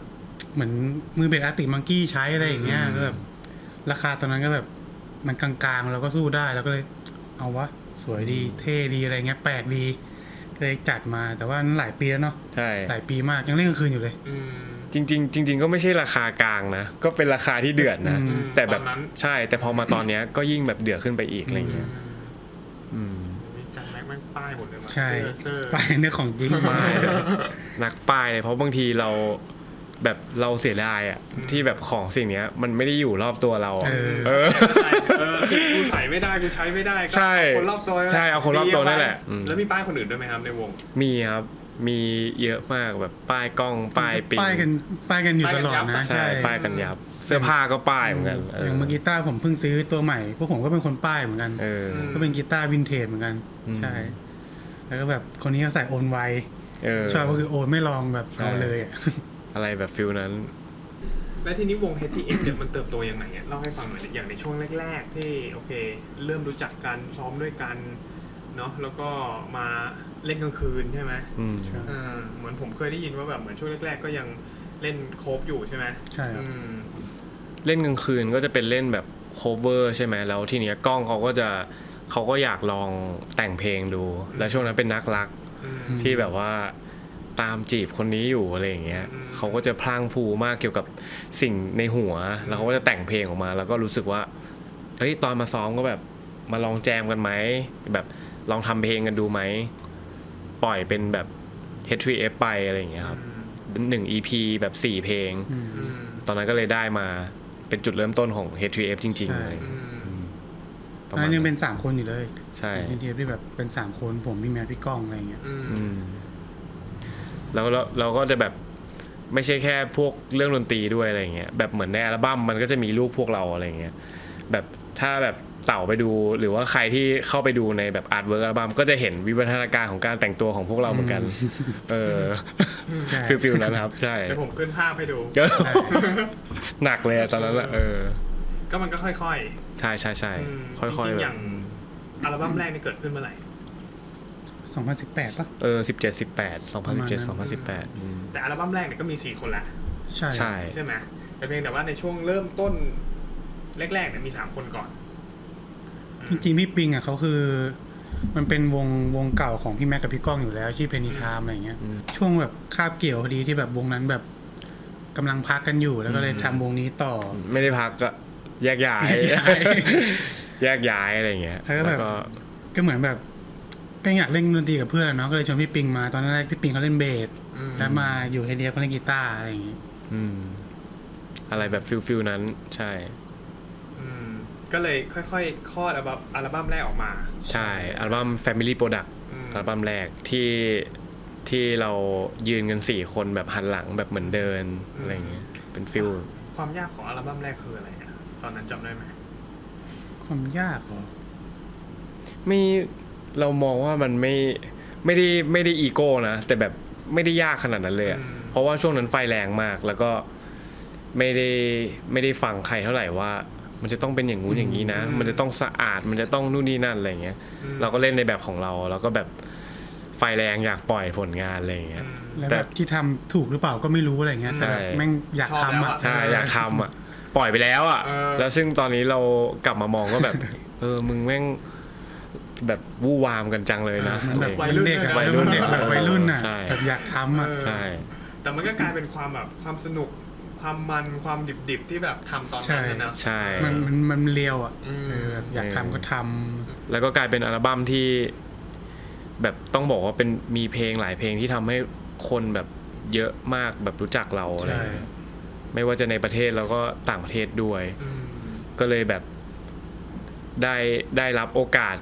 สิ่งนั้นมาแล้วก็เลยทำต่อไปเรื่อยๆอะไรเงี้ยโอกาสอะไรบ้างครับที่ได้รับโหเป็นเรื่องแบบคือคนแบบเชื่อในเพลงของเราและเชื่อในผลงานของเราเขาก็อยากจะติดตามผลงานใหม่ๆรอนะครับคอมเมนต์นู่นนี่นั่นแบบไปเล่นงานนู้นงานนี้จากคนดูหลัก10เป็นหลักร้อยเป็นหลักพันอะไรอย่างเงี้ยก็แบบแล้วเราก็ยิ่งแบบเหมือนเติมไฟให้เราอ่ะแล้วเราก็แบบโหอยากทำดนตรีอยากทำเพลงออกมาเรื่อยๆเลยอะไรอย่างเงี้ยครับใช่กลายเป็นอาชีพเฉยเลยอะไรอย่างเงี้ยแล้วตอนนั้นที่บ้านของแม็กเป็นไงบ้างพออัลบั้มแรกออกเขาไม่ห่วงแล้วหลังตอนนั้นปล่อยแล้วใช่ตั้งแต่ปี2แล้วว่าแบบทำงานคืนแล้วเราก็ไม่ขอเงินจากที่บ้านแล้วอะไรเงี้ยเขาก็แบบไม่ห่วงแล้วว่าโหแบบทำงานเองแล้วเว้ยทำเป็นแล้วเว้ยทำแบบทำงานมีอาชีพใช่พิสูจน์ตัวเองอะไรเงี้ยครับใช่แล้วก็แบบเราก็บอกเขานะว่าแบบเอ้ยทำไมตอนนั้นถึงไม่ให้เรียนแต่ตอนนี้เข้าใจแล้วอะไรอย่างเงี้ยว่าแบบถ้าเรียนอ่ะเขาก็น่าจะลำบากเพราะว่าค่าเทอมดนตรีมันแพงมาก 70,000 อะไรอย่างเงี้ยตอนนี้ก็เป็น 90,000 แล้วเนาะมันขึ้นแบบขึ้นทุกปีเลยอะจากที่แบบถามคนที่เรียนอยู่ใช่รุ่นน้องอะไรอย่างเงี้ยแต่ผมว่าไม่เรียนอ่ะมันก็มีข้อดีข้อเสียแหละใช่แบบต่างๆกันไปก็คือถ้าผมสมมติผมเรียนไงผมก็จะมีกรอบบางอย่างอย่างพี่แม็กไม่เรียนไงเขาก็จะแบบออกจากกรอบตรงนี้ได้อะไรอย่างเงี้ยผมว่ามันก็คือมีผลดีเหมือนกันกรอบที่ว่าคืออะไรมันก็คือพวกทฤษฎีต่างๆที่แบบเหมือนเขาสอนเรามาแล้วก็ปลูกฝังเรามาอะไรอย่างเงี้ยใช่แบบเราบางทีเราก็ไม่กล้าออกจากตรงนั้นมันก็คือเซฟโซนนั่นแหละใช่ฟิลนั้นเหมือนฟิลแบบถ้าผมเรียนมหาลัยเป็นแบบคณะดนตรีอ่ะผมอาจจะเป็นครูที่อ่านโน้ตได้แล้วก็ตีกลองสอนเด็กนักเรียนที่ในระดับแบบซีเนียร์ได้แต่ซึ่งตอนเนี้ยผมเป็นแค่มือกลองที่อยากตีอะไรก็ตีแต่ว่าเขียนโน้ตอะไรเงี้ยก็แบบไม่ได้เก่งไม่ได้คล่องขนาดนั้นแต่ซึ่งจริงแล้วโลกภายนอกอ่ะมันในยุคนี้นะมันแบบมันเปิดกว้างมากๆแล้วใช่ครับก็เลยแบบข้อดีข้อเสียมันก็ต่างกันอยู่ที่ว่าเราจบไปแล้วเราจะไปทำงานตรงไหนมันก็อยู่ที่เป้าหมายใช่แต่ว่าของแม็กเองเห็นตัวเองเป็นศิลปินภาพที่แบบเห็นอนาคตว่าตัวเองแบบมาเป็นศิลปินมันมาตอนไหนอ่ะจริงๆมาตั้งแต่ม.ต้นแล้วครับหรอใช่ที่บอกว่าแบบไปเล่นกับเพื่อนเล่นในโรงเรียนเล่นแบบในห้องซ้อมอะไรเงี้ยเรารู้สึกว่าเราอยากมากเราอยากเป็นนักดนตรีมากนี่แหละคือทางของเราอะไรเงี้ยไม่น่าทำไมตอนที่แบบแม่ไม่ให้เรียนรู้สึกเสียใจมากๆใช่รู้สึกอกหักเหมือนเราโดนปิดทางการมองเห็นตรงนั้นอะแต่เรารู้สึกว่าแบบต่อให้โอกาสมันจะแบบโดนปิดมากแค่ไหนอะแบบถ้าเราแบบดิ้นรนอะผมรู้สึกว่าแบบพลังงานบางอย่างมันก็จะทำให้เรากลับไปอยู่ในจุดที่เราชอบอยู่ดีเหมือนฟีลแบบไปเรื่องที่ของมันเลือกเราอะไรอย่างเงี้ยอะไรแบบฟีลนั้นที่คุณบอกว่าของมันเลือกคนมันมีเหตุการณ์ไหนบ้างครับของผมเลยนะเป็นเรื่องแบบถ่ายมิชลุยนี่แหละเราก็จะเจอพวกของแบบหลายๆอย่างมากมายอะไรเงี้ยแล้วมันก็จะมี จ็คเก็ตตัวหนึ่งที่เป็นรีวายวินเทจอะไอตัว One Pocket อะครับตัว First แบบ51 Pattern First Pattern คือผมอะได้ไปลองตัวเนี้ยมาหลายครั้งแล้วแบบร้านเคยเห็นร้านพี่พาร์ทแล้วก็เคยไปลองที่ร้านที่ Made by Legacy เทป Made by Legacy ที่ไปกับปื้มอะไรเงี้ยแบบไปลองร้าน ZT ตูนอะไรเงี้ยแบบลองตัวนั้นแล้วก็แบบเหมือนได้ไปเทปลงเกลือที่จานเต่าก็ไปด้วยแล้วก็แบบไม่ได้คาดหวังเลยว่าตัวนั้นอ่ะแบบจะซื้ออ่ะวันนั้นอ่ะแค่แบบไปไปรายการและครั้งที่ลองตอนแรกคือยังไม่ซื้อแค่แบบขอลองหน่อยครับอะไรเงี้ยแล้วลองแล้วรู้สึกว่าโอ้โหเป๊ะว่าอยากได้อะไรเงี้ยเขาไม่ขายอะไรเงี้ยเขาบอกว่าลองก่อนลองไปก่อนใช่ตอนแรกเขาไม่ขายแล้วพอผมลองเขาบอกว่าโหเนื้อคู่อ่ะอะไรเงี้ยบิวเราเนาะแล้วผมว่า แบบถ้าพี่ขายเท่าไหร่เขาบอกราคานี้มาแต่ผมก็บอกว่าคือผมว่ามีแค่นี้แบบมีงบเท่านี้ใช่มีงบเท่านี้ไม่ได้ไม่เป็นไรเลยแบบเกรงใจมันเยอะเกินมันต่อเยอะเกินแล้วเขาก็พูดมาคำนึงว่าเดี๋ยวพี่บอกว่าได้ไม่ได้อะไรอย่างเงี้ยแล้วแบบว่าหลังงานอ่ะให้ทักมาอะไรอย่างเงี้ยผมว่าอ่ะเริ่มช็อกแล้วเริ่มแบบใจเริ่มไปแล้วว่าแบบโอ้พี่เขาจะให้จริงเหรอเสียตังค์ปะวะแล้วแบบหลังงานปุ๊บเราขึ้นรถตู้ปุ๊บเราก็ลืมทักเขาแบบในงานอะไรเงี้ยก็เลยทักเขาบนรถตู้ว่าแบบเฮ้ยพี่ผมทักพี่แล้วนะสรุปขายไหมอะไรเขาบอกขายแบบขายเท่านี้เลยอะไรอย่างเงี้ยแบบโอเคไหมแม้โอเคไหมผมก็เลยแบบโอเคพี่ลุยครับโอนเลยอะไรอย่างเงี้ยแล้วก็แบบวันนั้นไม่ได้วันนั้นแบบเขาก็ส่งไปรษณีย์มาให้อะไรอย่างเงี้ยอ๋อวันที่ไปถ่ายงานที่โรงเกลือใช่อ๋อโอเคแต่ว่าไอ้2ครั้งแรกที่เจอเนี่ยยังไม่โด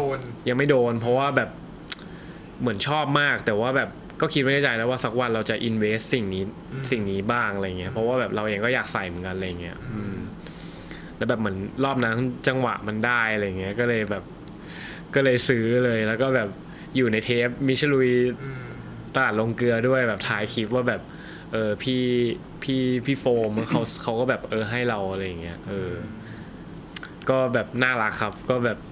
เป็นจังหวะที่เราไม่ได้อยากเสียตังค์เลยนะไม่ได้แบบคิดว่าจะต้องอินเวสตอนนั้นอะไรอย่างเงี้ยแต่กลายเป็นว่าแบบพอพี่เขาให้เราก็แบบลุย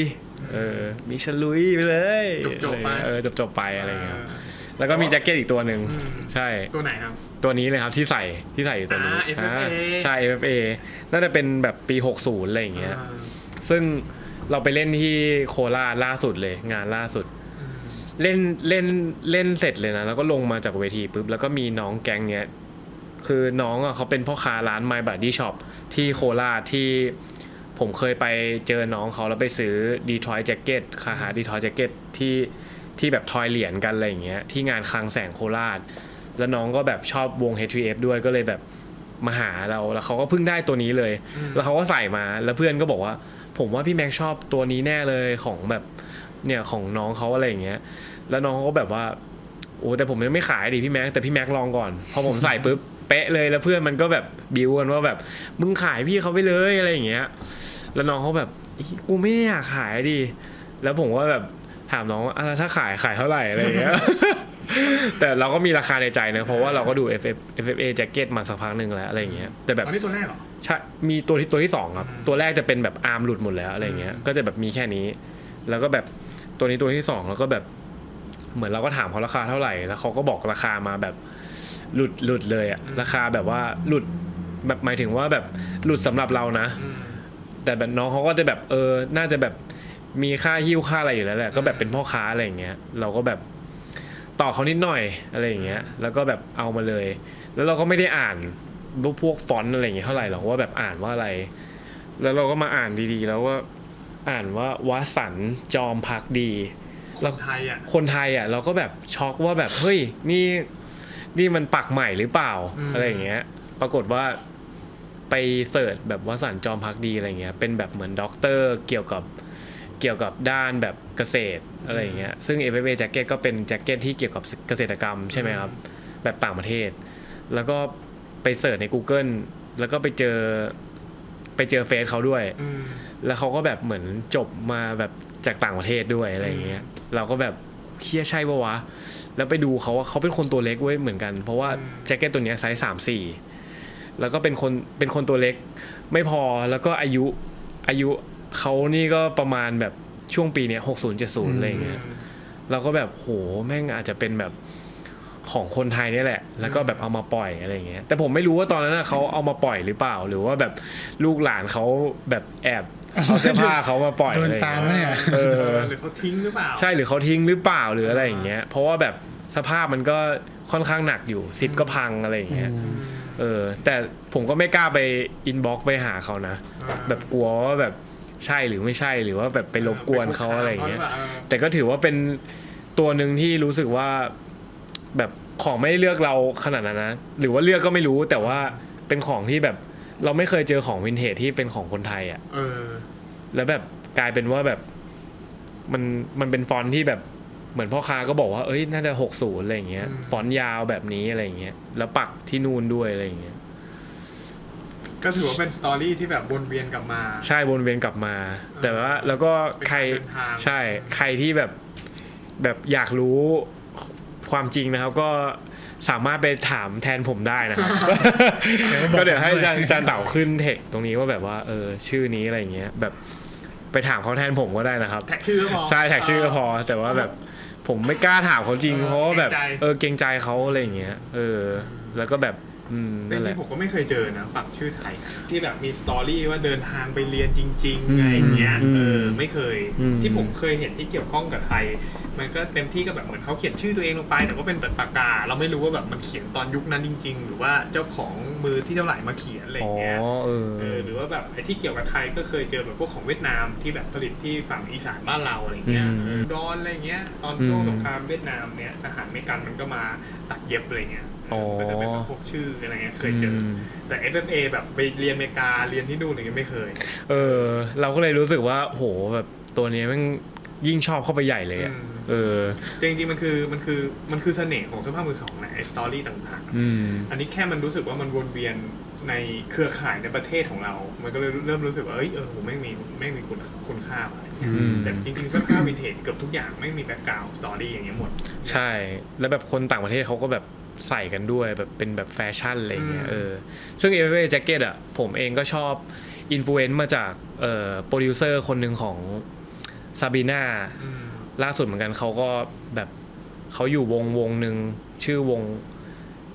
งอะไรไม่รู้ชื่อเพลงฟันมั้งแบบ3คนอะไรอย่างเงี้ยเขาก็แบบใส่แล้วก็แบบเราก็เห็นว่าเท่อะไรอย่างเงี้ยแล้วแบบชอบเหมือนกันอะไรอย่างเงี้ยฟิลนั้นผมว่ามันด้วยคาแรคเตอร์ของเสื้อผ้ามือสองด้วยแหละมันค่อนข้างมีเอกลักษณ์อะต่อให้มันเป็น FFA เหมือนกันเฟสไม่เหมือนกันชื่อไม่เหมือนกันอะไรเงี้ยมันก็เลยทำให้แบบมันเลยทำให้มันยูนิคและมันมีความเฉพาะตัวสูงแล้วเครื่องดนตรีมีไหมมีครับเป็นรูดวิกปี1950 Transition Blade แบบมีทุกไซส์เลยแล้วก็มีสแนร์ด้วยแล้วก็แบบเราขับรถแล้วเราชอบเสิร์ชพวกแบบร้านเครื่องดนตรีร้านวินเทจอะไรอย่างเงี้ยแล้วเราก็ไปเจอร้านหนึ่งแบบในเฟซแล้วก็แบบเห็นว่าของดีมีไมค์กองด้วยอะไรอย่างเงี้ยก็เลยขับไปดูหน่อยปรากฏว่าไปเจอชุดเนี้ยวางอยู่แล้วก็เขาก็บอกว่าเป็นของนักดนตรีไทยเก่ายุคแบบ80อะไรอย่างเงี้ยแต่ผมมาไปเช็คแล้วว่าแบบแม่งคือกองจากยุค50ปลายอะไรอย่างเงี้ยซึ่งแบบแพงมากราคาจริงแบบเป็นแสนอะไรอย่างเงี้ยแค่สแนร์ก็ 30,000 แล้วอะไรอย่างเงี้ยผมไม่ได้ราคามาแค่แบบทางชุดมาแค่ประมาณแบบ 20,000 อะไรอย่างเงี้ยเราก็แบบไม่ได้คาดหวังเลยแต่แบบแล้วแบบหอบกลับบ้านเลยอ่ะแล้วแบบพ่อเขาก็บอกเลยว่าแบบจริงๆคนมาดูเยอะนะแต่ว่าแบบไม่ได้ไม่จบอะไรอย่างเงี้ยแต่แบบผมมาแล้วแบบจบแล้วแบบเขาแบบวางแอบด้วยอ่ะแต่ด้วยความที่เราแบบเป็นคนแบบช่างคุยอ่ะแล้วก็หาแม่งทั้งร้านอะไรอย่างเงี้ยแล้วก็แบบไปเจออะไรอย่างเงี้ยเป็นร้านขายเครื่องดนตรีเก่าใช่ครับแล้วก็ล่าสุดก็มีรอบนึงก็คือไปที่ญี่ปุ่นไปได้ไฮแฮทที่เป็นแบบฉาบอ่ะแบบ A ปี1950อะไรอย่างเงี้ยตอนแรกเราแค่ไปซื้อไม้เฉยๆแต่ตอนที่ไปจ่ายตังค์ที่เคาน์เตอร์เราเห็นเนื้อของฉาบอ่ะมันเป็นวินเทจเว้ยเราก็เลยขอเขาลองได้ไหมเขาก็แบบลองได้อะไรอย่างเงี้ยพอลองปุ๊บผมก็ถามเขาว่าเท่าไหร่เขาบอกยังไม่ตีราคาเลยเพิ่งมาเมื่อกี้เลยอะไรอย่างเงี้ยผมก็เลยบอกเขาว่า ตีราคาให้หน่อยอะไรอย่างเงี้ยเผื่อว่าผมจะซื้ออะไรอย่างเงี้ยเขาก็ตีราคามาแล้วผมก็ตกใจมากเลยเหมือนกันราคาแม่ง6,000ซึ่งราคาจริงๆแล้วมันประมาณ 20,000อะไรเงี้ย30,000ที่อเมริกาขายก็แบบไปได้ของหลุดจากญี่ปุ่นอีกแล้วอะไรเงี้ยก็เลยได้แบบ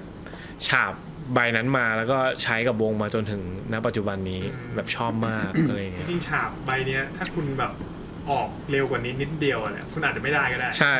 มันแค่แบบนิดเดียวจริงๆอ่ะใช่นิดเดียวจริงแล้วผมอ่ะเป็นโรคอะไรก็ไม่รู้คือเราอ่ะรู้สึกว่าของมันเลือกเราตรงที่ว่าแบบของบางอย่างมันเก่าอ่ะแต่ว่ามันชายเข้าตาเราอ่ะมันเป็นอะไรที่แบบแปลกมากอ่ะแบบดูดอ่ะมันแบบต้องกลับบ้านอ่ะอะไรอย่างเงี้ยมันมีเซนบางอย่างใช่แล้วราคามันกลายเป็นว่าแบบเหมือนราคามันถูกแบบเหมือนให้เราอ่ะเหมือนให้เราไปดูแลต่ออะไรอย่างเงี้ยมหัศจรรย์ครับเรื่องนี้แล้วคุณอ่ะผมมีเหมือนกันครับเบสตัวที่ใช้อยู่ในปัจจุบันนี่แหละมันเคยมีแบบคนนำเข้าเบสนั่นแหละแบบทักผมมาแล้วว่าเอาไม้ตัวนี้แบบเบสปีเก่าก็คือแต่ราคามันสูงอะคือผมไม่ไหวแน่ๆแบบ 4-5 ปีที่แล้วอะไรอย่างเงี้ยแล้วก็ปัจจุบันผมได้มาใช่ก็คือจากที่ผมใช้เบสหลัก4หลักเนี้ยแบบแล้วก็มา5หลักแล้วก็มา6หลักไอ้ตัวเนี้ยคือแม่งวนกลับมาหาผมเว้ยแบบไปอยู่กับใครแล้วก็ไม่รู้แบบกี่มือแล้วก็ไม่รู้อะแล้วสุดท้ายผมก็ไปลองกับพี่แม็กกับเพื่อนพี่แม็กนี่แหละที่ทำห้องอัดอยู่ที่ซิงสตูดิโอแล้วตอนแรกผมก็ช่างใจว่าเฮียเอาดีป่าวะพี่แม็กก็มึงเอาดิเฮียคุ้มนะเว้ยอะไรอย่างเงี้ยคือผมเพิ่งซื้อเบสอีกตัวหนึ่งมาก่อนหน้านั้นประมาณ2 อาทิตย์เองแล้วก็มาเจอตัวนี้ออกมาแล้วผมเลยแบบเฮียพี่ไม่ไหวว่ะแม่งเพิ่งจ่ายเองอะแล้วแบบตัวนี้แม่ง6หลักกว่าอะไรอย่างเงี้ยสุดท้ายตัดสินใจเอาสุดท้ายก็คือเพื่อนพี่แม็กคนนั้นอ่ะซื้อมาไว้ก่อนแบบมาอยู่กับคนใกล้ตัวเราไว้ก่อนเงี้ยไม่อยากปล่อยหลุดจริงๆใช่คือแบบเนี่ยเอาวะพี่คนนี้ซื้อแล้วผมก็สบายใจไปปอดหนึ่งแล้วสักพักผมก็พวกชาวเบสก็ทักผมมาแบบเฮ้ยตัวเนี้ยน่าจะคุ้มนะแบบดีจริงๆอะไรอย่างเงี้ยแบบโดนบิ้วมาเรื่อยๆแล้วแบบใจผมมาชอบอยู่แล้วแต่แบบยังไม่กล้าจ่ายว่ะราคากัดฟันอ่ะราคาแม่งแล้วสุดท้ายแม่งแบบคาใจนอนไม่หลับทักไปหาพี่แม็กว่าเชี่ยเอาไงดีวะผมทักไปขอซื้อพี่เขาต่อดีป่าวว่าอะไรอย่างเงี้ยแล้วสุดท้ายก็เอามาเรียบร้อยใช่ก็คือแบบแม่ง 4-5 ปีแล้วอ่ะแม่งก็ยังกลับมาเพื่อแบบให้ผมซื้อแม่งจนได้อะไรเงี้ยแต่ของพวกนี้มันก็ราคามันขึ้นตลอดใช่มันขึ้นตลอดถ้าซื้อถูกตัวมันก็เหมือนเสื้อผ้าเนาะใช่ก็แบบใช้อยู่ทุกวันนี้ก็แฮปปี้ยังไม่เจอตัวไหนที่แบบอยากได้เพิ่มเลยเพราะว่าตัวนี้แม่งจบแล้วจบในตอนนี้นะคำนี้น่ากลัวคำนี้น่ากลัวแม่งไม่มีจริงเลยแล้วทำไมคุณถึงมาวิ่งนะก็พี่บูนี่แหละก็พี่บูกับพี่บูอีกแต่เขาวิ่งนานแล้วนะแบบเมื่อก่อนเขาอ้วนมากเลยอะแบบว่าถ้าแบบภาพแรกของ HTF อะไรอย่างเงี้ยอ้วนจริงผมแบบเกือบน้ำหนักผมเคยเกือบ100อ่ะแต่ช่วงนั้นก็คือมาปี2มั้งที่ผมแบบวิ่งรถแบบจริงจัง4 เดือนอะไรเงี้ยแล้วก็หยุดไปนานเลยอันนั้นหวบลงมาเลยปะ4 เดือนหวบแบบประมาณเกือบ20 โลอ่ะแล้วก็แบบที่เหลือก็ค่อยๆลดลงมาแต่ตอนนั้นคือตั้งใจวิ่งลดน้ำหนักเลยใช่คือแบบไม่ไหวแล้วมันแบบไม่ได้แล้วอ่ะมันอ้วนอ่ะมันแบบเหนื่อยหน่ายตัวเองอ่ะก็เลยหล่อเลยนิดนึงแล้วกลับมาวิ่งอีกทีได้ไงก็พี่บูนี่แหละชวนผมมาวิ่งกับไอ้ปุ้ยก่อนปุ้ยบอลแมนแท็กแบบวิ่งวันแรกที่ผมวิ่งกับไอ้ปุ้ยผมจำได้ผมวิ่ง3 โลแบบผมจะตายอ่ะนั่งแบบเชี่ยหายใจไม่ออกร่างกายกูแบบจะรับไหววะเนี่ยอะไรเงี้ยแล้วก็มาวิ่งกับพี่บูค่อยๆวิ่งไปเจอแบบแก๊งอักลี่วิ่งไปด้วยคุยไปด้วยอะไรเงี้ยคือแบบไม่สนุกเฉยเลยจากคนที่แบบไม่วิ่งแม่งไม่หนุกว่ะแบบเป็นกิจกรรมที่แบบ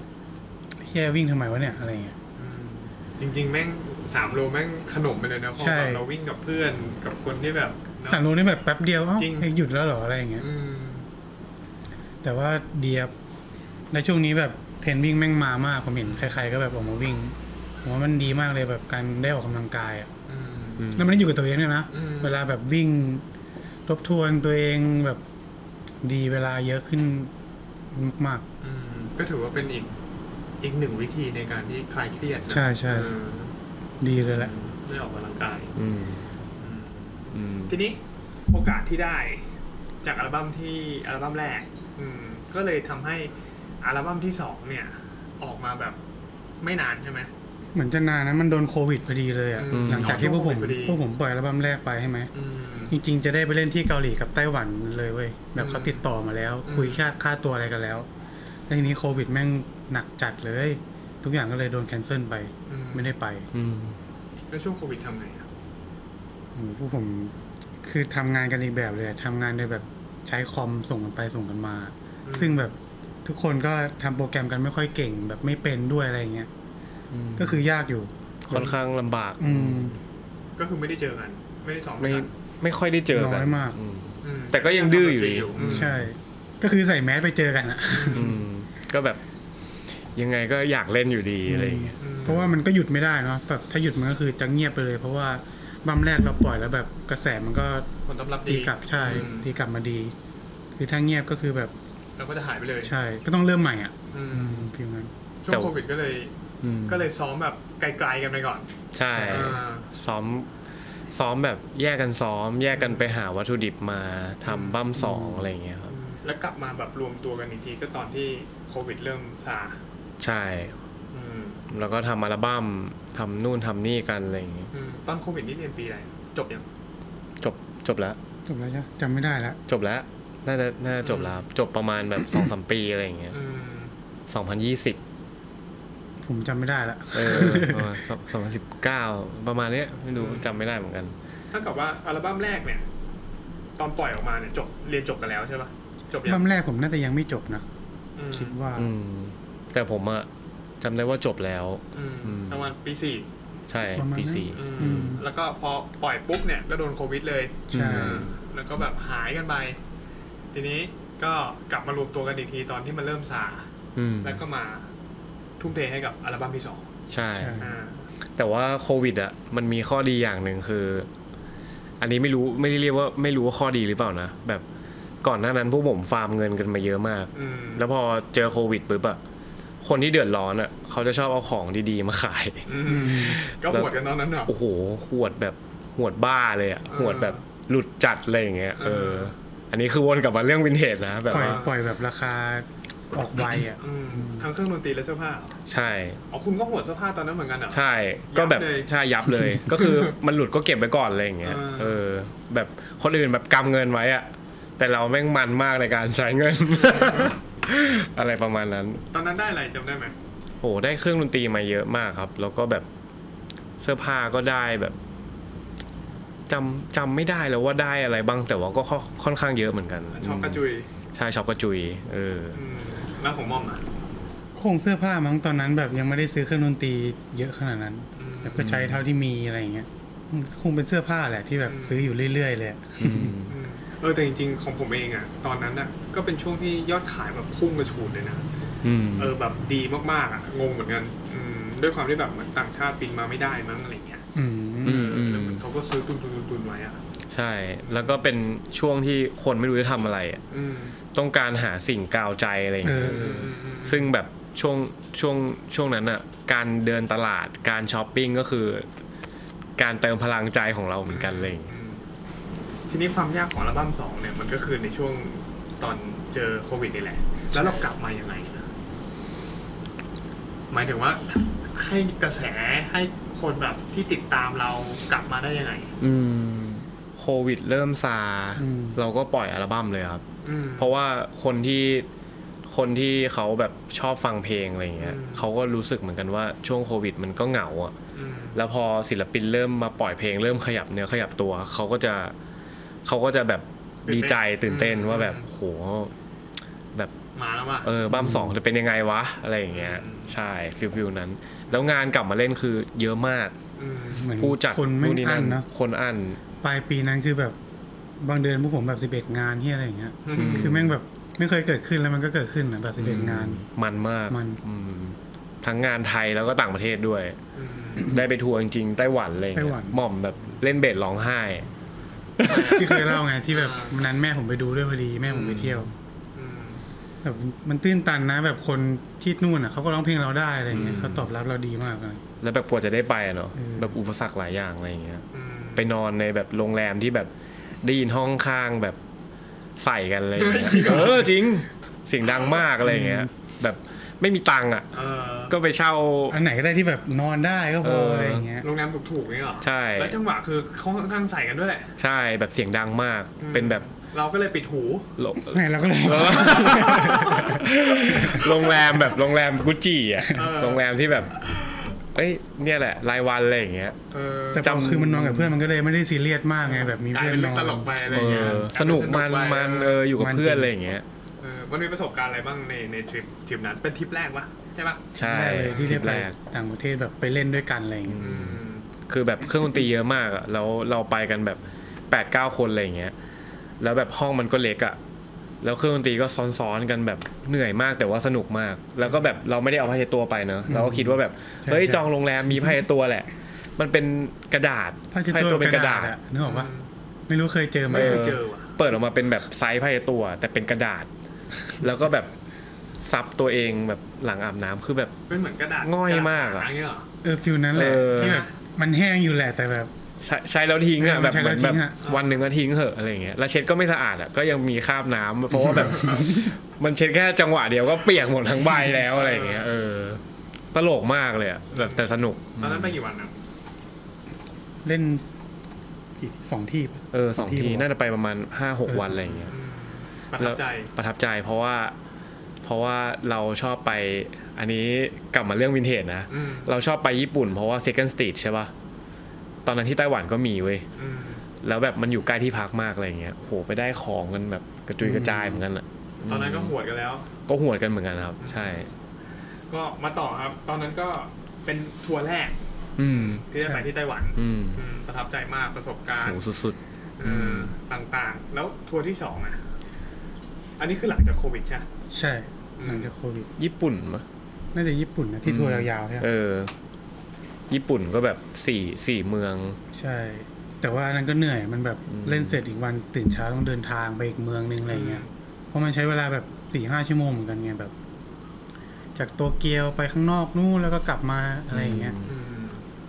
แต่ แต่ญี่ จำได้ ปุ่น ว่า แฮปปี้มากเลยนะโคตรมันสนุกจริงอ่ะ แฮปปี้เพราะว่าอยู่ต่อ ใช่ แล้วก็ไปคุยกัน เที่ยวต่อ ต่ออะไรอย่างเงี้ยคือผมอยู่กัน2 อาทิตย์อะไปรอบนั้นอะ 14 วันเต็ม เต็มวีซ่าเลย แต่จริงๆอ่ะ เล่นแค่ครึ่งหนึ่ง ใช่ แล้วก็อีกครึ่งหนึ่งไปเที่ยวกันต่อ ใช่ ใช่ อืม ก็จะมีแก๊งแม่บ้านตามไปครึ่งหนึ่งข้างหลังนี่แหละ อืม ใช่ ก็เลยแบบเช่าบ้านกันอยู่กับวง อืม มัน มันมาก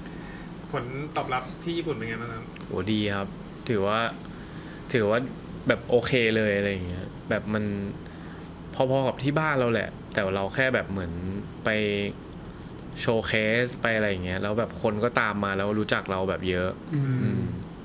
มันก็ทำให้คนรู้จักเราเพิ่มมาแหละ อืม แบบมันมีคนตามอยู่แล้วแหละ แต่มันก็มีคนได้เพิ่มมาเหมือนกันอะไรอย่าง อื เงี้ย ม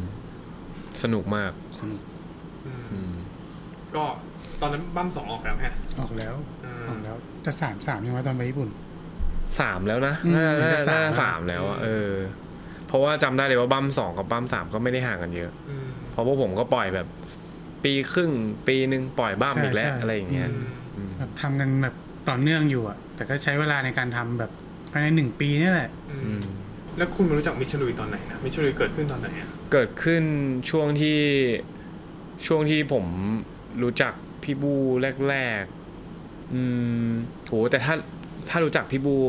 จะเป็นช่วงบั้มแรกครับ อืม แล้วก็บั้ม2บั้ม3อะไรเงี้ยชอบไปเที่ยวด้วยกันบ่อยๆไปแบบไปหาของมือสองไปเที่ยวตลาดนู่นนี่นั่นอะไร แต่ เงี้ย ตอนนั้นยังไม่มีมิชลุย ยังไม่มีมิชลุยแต่ว่าเราอยู่ด้วยกันอ่ะเหมือนในเทปเลย อืม มันมากแบบเล่นกันล้อกันนู่นนี่นั่นอะไรเงี้ย อ่า จนแบบพี่แยมก็บอกว่า เราหน้าถ่ายเนาะ อ่า แล้วเลกับแปมอะแฟนผมอะ อ่า เขาก็คุยกันว่าแบบเพราะว่าเลอะเขามีพื้นฐานการถ่ายพวกถ่ายบล็อกถ่ายอะไรจากช่องบิงอยู่แล้ว แล้วแปมก็แบบอยากลองถ่ายอะไรอย่างเงี้ยก็เลยคุยกันว่าจะทำสิ่งนี้เกิดขึ้นดีไหมอะไรอย่างเงี้ย อืม พี่บูแบบลุยดิแล้วก็คำว่ามิชลุยก็แบบย่อมาจากคำว่ามิชลินกับคำว่าลุย อืม แล้วก็หาตรงกลางโดยที่ว่าไปเสิร์ช ชื่อมงคลในเว็บ คนพี่บู ใช่ มิชลุยขับ มิชลุยอะไรอย่างเงี้ย มิชาสระอามีไหมหรือสระไม่ดีอะไรอย่างเงี้ยก็นั่นแหละก็ได้คำว่ามิชลุยมา แล้วก็เทปแรกที่เป็นเรื่องเทปกินก่อน ก็เทปกินก็รู้สึกไม่มันว่ะ ไปคุยเลยอะไรอย่างเงี้ยสังกะสีแตกเลยรอบนั้นก็คือแบบคน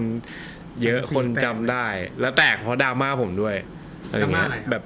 ผมเป็นลูกแม่ค้าฮะแล้วเวลาผมไปซื้อของผมชอบต่อแบบต่อหมดอะแบบผมชอบแบบผมไม่ชอบราคาที่แบบขึ้นมาแบบราคานี้แล้วแบบจะต้องซื้ออะเราแบบขัดใจแบบ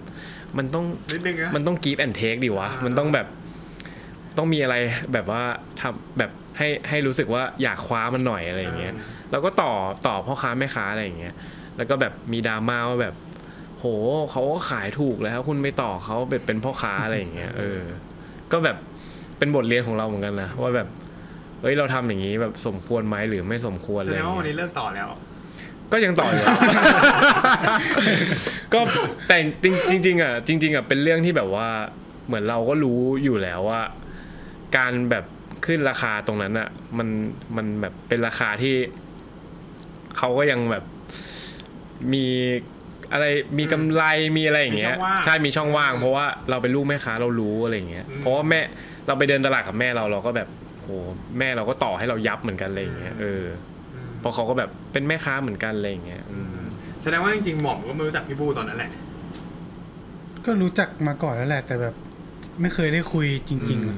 ๆเพราะจริงพี่บูก็เป็นไอดอลผมนะแบบเล่นเบสวงเซเลอร์อะไรอย่างเงี้ย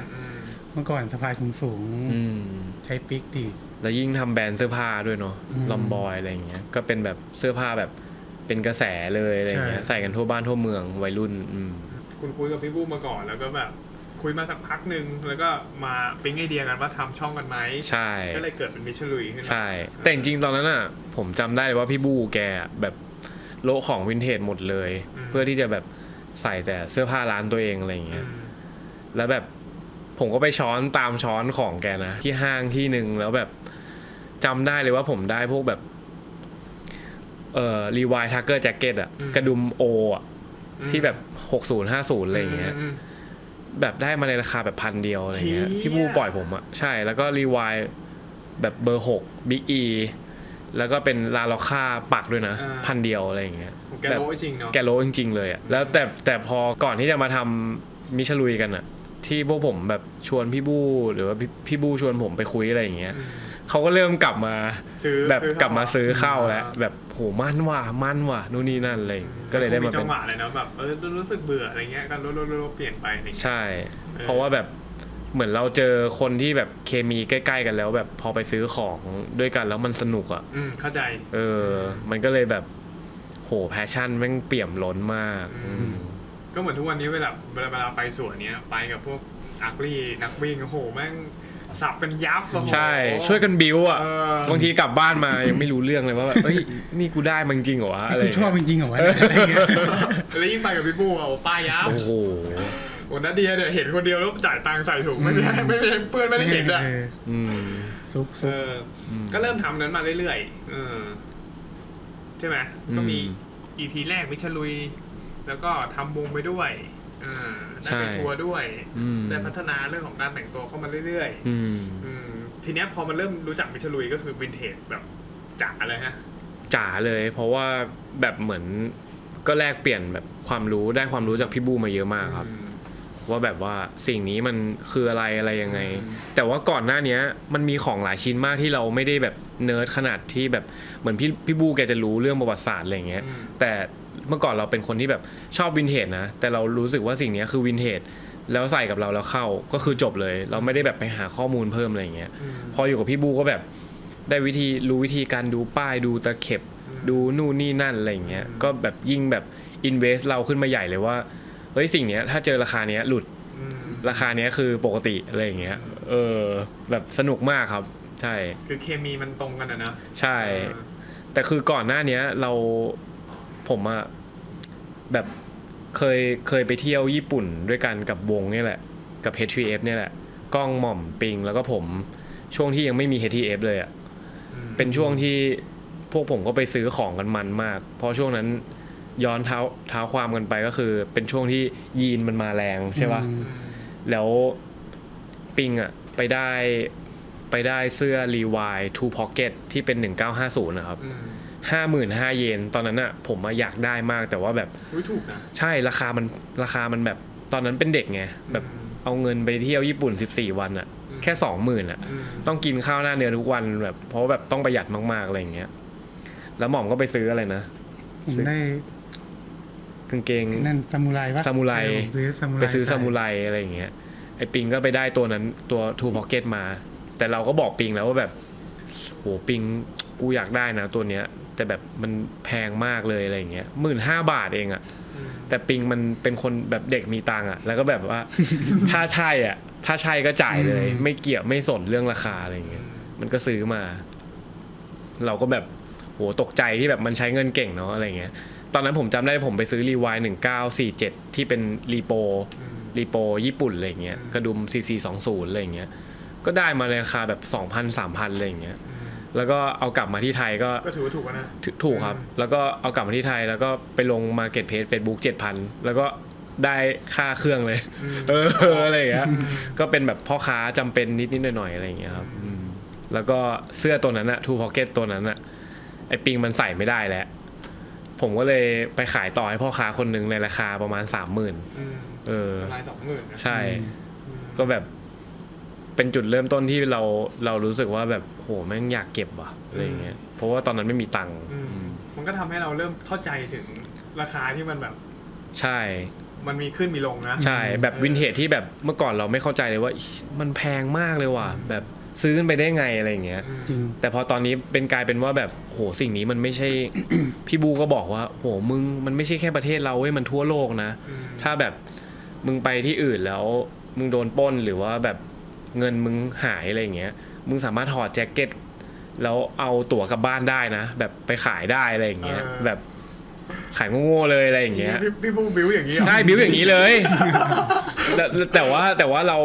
าพอเราเริ่มคุกคีกับพวกเสื้อผ้าปุ๊บอะเราก็จะมองเราก็จะเห็นตลาดเห็นราคาตลอดเราก็จะแบบสิ่งนี้มันถูกสิ่งนี้มันแพงอะไรอย่างเงี้ยสิ่งนี้มันคว้าได้อะไรอย่างเงี้ยแล้วมีตังอะไรอย่างเงี้ยพี่บูก็จะแบบซื้อเลยมึงเมื่อก่อนกูมีแค่เท่านี้กูก็ซื้อหมดหน้าตักเลยอะไรอย่างเงี้ยโคตรบิ้วแบบเป็นพี่ชายที่แบบน่ารักมากเรื่องนี้ อะไรอย่างเงี้ยป้ายยับใช่ป้ายยับแต่ว่ามันมากครับแบบเป็นคนที่แบบเป็นไอดอลของการแบบกล้าใช้ชีวิตเหมือนกันนะอยู่ด้วยแล้วสนุกอ่ะใช่อยู่ด้วยแล้วสนุกอยู่ด้วยแล้วมัน energy แบบล้นหลามใช่จะเปรียบเทียบว่าแบบพอโดนปล้นแล้วเอาเสื้อแจ็คเก็ตไปขายดิใช่เขาพูดผมแม้แต่แม่มีอีกหลายวิธีมากๆอ่ะที่สามารถทำได้ใช่แต่แกแบบบิ้วจนแบบเราเข้าใจว่าโอ้โหสิ่งนี้แม่งจริงว่ะแม่งมีมูลค่าจริงๆอะไรอย่างเงี้ยแม้แต่นาฬิกาเองก็ตามอะไรอย่างเงี้ยแบบป้ายจนผมแบบซื้อ invest เข้าไปอะไรอย่างเงี้ยสนุกดีถ้าคนรอบตัวอยู่ใกล้ๆพี่บูแม่งป้ายยับใช่แต่แกแบบป้ายแบบจริงใจนะไม่ใช่แบบของแบบตาสีตาสาแล้วแบบมึงเอาดิอะไรอย่างเงี้ยแต่เป็นแบบฟิลแบบหูอันนี้แม่งลึกจริงอันนี้แม่งนั่นจริงนะเว้ยมึงไปดูอะไรอย่างเงี้ยเสียงลอยมาเลยใช่ตื่นเต้นของแกทีนี้กลับมาที่ HTF ครับ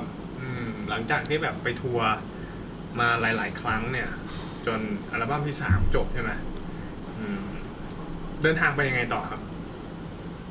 ก็ทำบั้ม4เลยครับ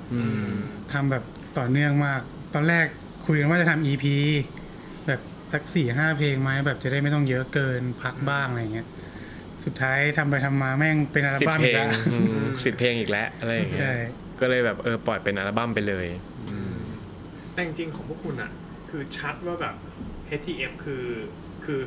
คืออาชีพตอนไหนอ่ะผมมันตั้งแต่แบบคือมันเป็นช่องทางเดียวที่ผมหาเงินได้ด้วยตัวเองเนาะแบบมันก็คืออาชีพผมมาตั้งแต่เริ่มเลยเว้ยตั้งแต่แบบเล่นกลางคืนอ่ะใช่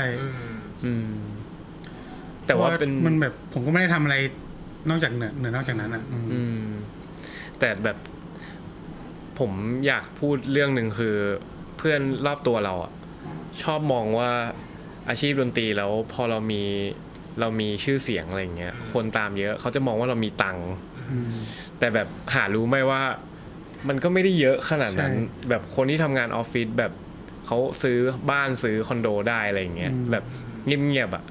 เงินแม่งมั่นคงกว่าพวกเราเยอะเลยอะไรอย่างเงี้ยแต่แค่ว่าแบบการเล่นดนตรีแม่งเหมือนเป็นอาชีพให้ท้ายเบาๆอ่ะว่าแบบโหไม่รู้จักโตสักทีอะไรอย่างเงี้ยแบบว่าเป็นฟิลที่แบบทำอะไรแล้วก็ยังรู้สึกสนุกอยู่อะไรอย่างเงี้ยครับใช่มันคือแพชชั่นนะผมใช่มันคือแพชชั่นใช่แต่จริงผมว่ามันดีนะแบบสมมุติเราทำงาน1ชั่วโมงอะไรแค่1ชั่วโมงเองด้วยต่อวันอ่ะแบบถ้าเทียบคนในออฟฟิศแบบ10ชั่วโมงแป๊บเดียวเราก็ได้แบบ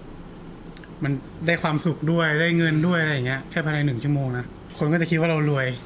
แต่จริงๆแล้วเราแม่งต้องคอยอัปเกรดของเราอยู่ตลอดเวลาเลยเว้ยใช่และซึ่งแบบมูลค่าแม่งก็ไม่ใช่ถูกๆอ่ะเราแบบอยู่ได้เพราะว่าเราต้องเล่นดนตรีอ่ะมันก็เลยรู้สึกว่าเรื่องเงินมันไม่ใช่เรื่องที่แบบเรื่องหลักเท่าไหร่อ่ะคนที่ทำงานอย่างอื่นแบบว่าเหมือนเขาทำงานแบบตอกบัตรหรืออะไรอย่างเงี้ยมันแบบเหมือนเป้าหมายเขาก็จะแบบมีครอบครัวหรือมีอะไรแบบส่วนใหญ่อะนะแบบไม่ได้แบบ100%แต่แบบพวกผมแม่งถามว่าดูแลตัวเองได้ไหมได้แต่ดูแลคนอื่นได้ไหมตอนนี้ยังไม่ได้อยู่ดีอะไรอย่างเงี้ยก็ยังไม่แบบเต็มที่อ่ะแต่ว่าไม่ได้เดือดร้อนอะไรไม่ได้เดือดร้อนอะไรซึ่งผมก็อยากมีบ้านไหมอยากผ่อนบ้านผ่อนรถไหมอยากเหมือนกันแต่ว่าแม่งยังสนุกอยู่เลยอ่ะแบบกูขอใช้ชีวิตก่อนได้ไหมเป็นอาชีพที่ไม่ทำให้โตสักทีแต่ว่าก็โตในแบบอื่นผมเริ่มเข้าใจแล้วนะคือหมายถึงว่าเราก็มันก็ได้ทำในสิ่งที่รักไปเรื่อยๆใช่สนุกอยู่เรื่อยๆอะไรอย่างเงี้ยแต่ในความเรื่อยๆตรงนี้แหละมันก็อาจจะมีอีกเส้นทางหนึ่งที่เราก็อยากจะดำเนินไปเหมือนกันใช่ซื้อบ้านนู่นนี่นั่นใช่พ่อแม่ก็จะเริ่มตั้งคำถามแล้วไงว่าแบบมึงเอาไงชีวิตมึงอะไรอย่างเงี้ยต่อไปอะไรอย่างเงี้ยแบบเหมือนคนรุ่นหลังๆคนรุ่นก่อนๆเราอ่ะเขาจะมองว่าโกของเขาคือการมีสินทรัพย์ที่มั่นคง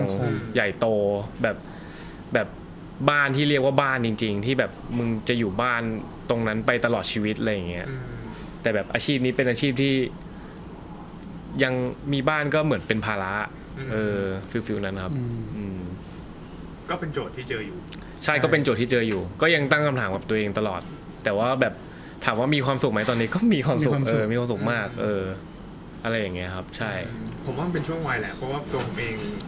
จริงๆเราก็อายุไม่ห่างกันเนาะตัวผมเองก็เริ่มตั้งคำถามกับตัวเองเหมือนกันว่าแบบว่าเราจะเดินทางเส้นนั้นยังไงหมายถึงว่ากับ10ปี20ปี30ปีข้างหน้าของตัวเองอะไรอย่างเงี้ยแต่ในอีกมุมนึงเราก็อยากจะตอบสนองความสุขณปัจจุบันของตัวเองเหมือนกันใช่ก็เป็นอีกทางนึงที่ต้องค่อยๆเรียนรู้และศึกษาเหมือนกันใช่แต่เข้าใจแต่ผมว่ามันก็ได้อย่างเสียอย่างก็ต้องแลกหมายถึงว่าถ้าเมนชั่นถึงคนที่แบบมีอาชีพที่มั่นคงอะไรเงี้ยเขาอาจจะบางคนนะอาจจะแบบไม่ได้แบบสนุกหรือมีความสุขกับอาชีพที่ทำอยู่ใช่แต่เขาอาจจะมั่นคงเขาอาจจะสร้างรากฐานไว้สำหรับความสุขในอนาคตของเขาก็ได้มีลูกมีครอบครัวมีบ้านอะไรเงี้ยแต่ของเราอ่ะเราแบบเราอยากมีความสุขวันนี้เลยอ่ะใช่อะไรอย่างนั้นแบบเพื่อนเราอย่างเงี้ยชอบบอกว่าแบบโหมึงดังขนาดนี้มึงรวยแน่เลยอะไรเงี้ยไม่รวยครับ อะไรอย่างเงี้ยก็มีบ้านมีรถไปแล้วมันแบบต้องใช้ต้องกินต้องใช้แบบทุกวันอ่ะทีนี้คุณมองภาพ HTF ในอนาคตยังไงทั้งคู่เลยผมว่าเท่าที่คุยกันแบบก็คือเล่นดนตรีไปเรื่อยๆเลยจนแบบจนแก่ก็ยังเล่นเท่าที่ก็คงทำเท่าที่ไหวแหละแต่แบบก็คงทำออกมาเรื่อยๆเลยอ่ะแบบมองเป็น priority หลักจริงๆเป็นเรื่องที่แบบถึงแม้ว่ามีแบบผมทำมิชลุยด้วยแบบชอบเสื้อผ้ามือสองด้วยอะไรเงี้ยก็ยังเป็นแพชชั่นที่ยังเป็นแพชชั่นรองอยู่เพราะเรารู้สึกว่า HTF มันคือบางอย่างที่แบบสร้างมาด้วยกันแล้วเราผูกพันกับมันมากๆอะไรเงี้ยแบบทะเลาะกับแฟนเนี่ยไม่ร้องไห้เท่าทะเลาะกับเพื่อนในวงเลยอะไรเงี้ยมันเป็นเรื่องนั้นอะมันเป็นเรื่องที่แบบโหเราแม่งอินกับสิ่งนี้มากอะไรเงี้ยก็แบบอนาคตก็ ยังอยากเล่นดนตรีต่อไปเรื่อยๆไม่รู้ว่าจะแบบรายได้หรืออะไรจะเป็นยังไงแต่แบบตอนนี้แบบเฮ้ยมันก็พออยู่ได้เราก็แบบไม่ได้หวือหวาก็โอเคใช่แต่อย่างที่หมอบอกว่าแบบเล่นดนตรี1 ชั่วโมงอะไรเงี้ยแต่จริงๆผมไม่ได้มองแบบนั้นนะผมคิดว่าแบบสิ่งที่พวกคุณทำมันคือความทุ่มเทมันคือการซ้อมมันคือการค่อยๆแบบทำทีละนิดอะไรเงี้ยที่แบบกว่าจะขึ้นไปเพอร์ฟอร์มบนเวทีได้ขนาดนั้นอ่ะโอ้ยมันต้องเก็บมาเยอะมากๆอ่ะที่แบบจะให้คนที่แบบยืนอยู่ตรงนั้นได้เห็นได้ฟังดังนั้นแล้วเนี่ยมันมากกว่านั้นแน่นอนอะไรเงี้ยมันมากกว่า1 ชั่วโมงที่แบบเราพวกคุณได้ขึ้นไปเล่นแน่นอนอะไรเงี้ยดังนั้นแล้วเนี่ยคอนเสิร์ตใหญ่เนี่ยโหผมเห็นพวกคุณเนี่ยแบบซ้อมกันหนักมากชวนในหมอไม่วิ่งไปอะไรไปวิ่งตื่นไม่ไหวเลยถ้างั้นคอนเสิร์ตใหญ่เมื่อไหร่ครับ12-13 กันยายนนี้ครับใช่ครับก็วันที่12บัตรยังมีอยู่นะครับแต่13โซเอาไปเรียบร้อยแล้วครับก็คือใครที่อยากมาดูพวกผมทั้ง4อัลบั้มก็คืออัลบั้มล่าสุดด้วยชาลาลาเลิฟแล้วก็จะมีกิจกรรมต่างๆมากมายในงานแล้วก็จะมีเกสแขกรับเชิญพิเศษแล้วก็ arrange เพลงหรืออะไร something ที่บอกเลยว่าแบบเซอร์ไพรส์แน่ๆอะไรเงี้ย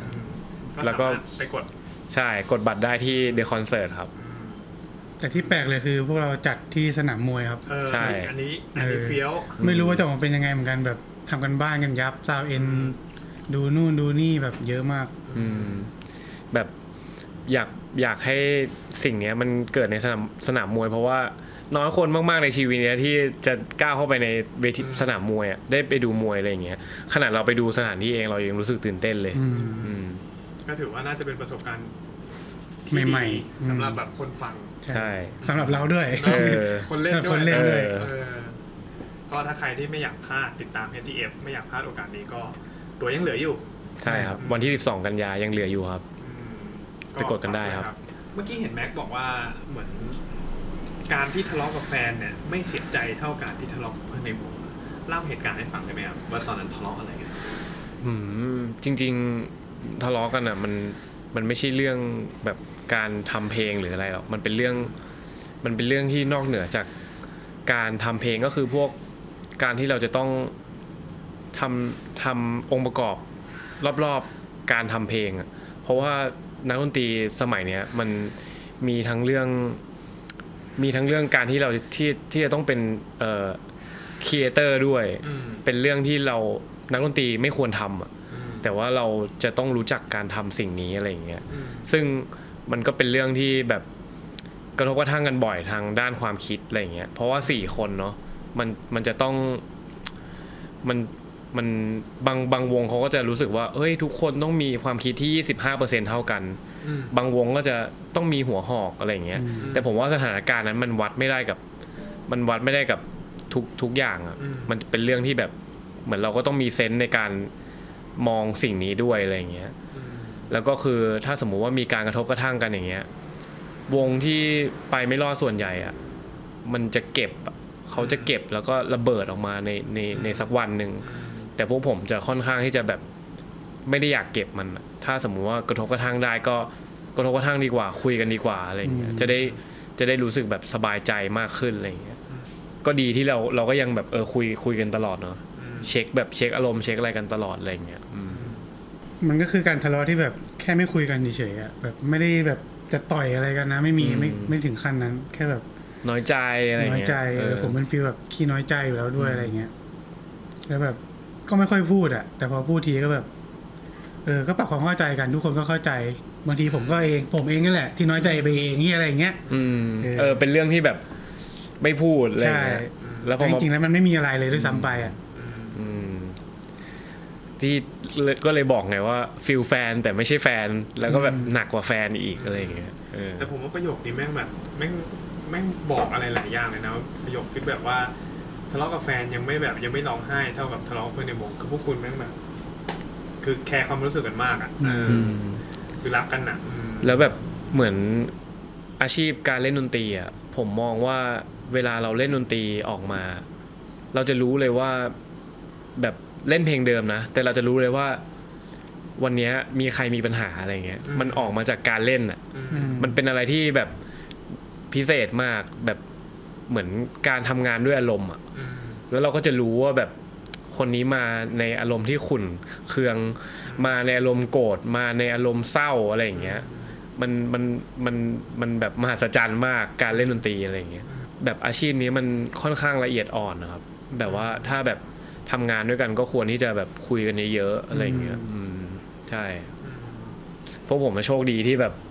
เหมือนเป็นเพื่อนกันมาก่อนแล้วแบบก็เลยคุยกันได้ทุกเรื่องอะไรอย่างเงี้ยก่อนที่จะโตก่อนที่จะแบบมีครอบครัวอะไรอย่างเงี้ยแล้วนอกจากปัญหานี้มีปัญหาอื่นที่วงเจอบ้างไหมจะสามารถแบบมาแชร์โหเป็นเรื่องสิ่งที่ควบคุมไม่ได้แล้วกันข้างนอกแบบผมมองว่ายุคนี้มันไม่เหมือนยุคก่อนๆที่ว่าวงดนตรีอ่ะมันดังมันพอมันดังปุ๊บอ่ะมันแบบมันคลาสซี่มันดังมันยังมีคนฟังตลอดแต่ตอนเนี้ยแบบด้วยตลาดด้วยการแข่งขันหลายๆอย่างอะไรอย่างเงี้ยมันคือถ้าเราหายไปนานคนก็ลืมมันก็เป็นเรื่องที่แบบ แล้วถ้าเราไม่พร้อมที่จะทำล่ะเราอยากหายไปบ้างอะไรอย่างเงี้ยมันยังมีคนอยู่ตรงนี้กับเราไหมยังมีคนที่ยังไม่ลืมเราไหมอะไรอย่างเงี้ยมันเป็นเรื่องแบบสิ่งที่ควบคุมไม่ได้อะแต่สิ่งที่ควบคุมได้ก็คือแบบเราจะทำยังไงกับสถานการณ์นี้เราจะเศร้ายังไงแล้วลุกกลับมาทำใหม่ได้แบบได้ไวกว่าเดิมแบบเข้าใจสิ่งนี้แล้วก็อยู่กับสิ่งนี้ให้มีความสุขที่สุดยังไงอะไรอย่างเงี้ยแต่ผมว่าแฟนๆของ ATF อะยังไงก็พร้อมที่จะแบบสนับสนุนพวกคุณแหละ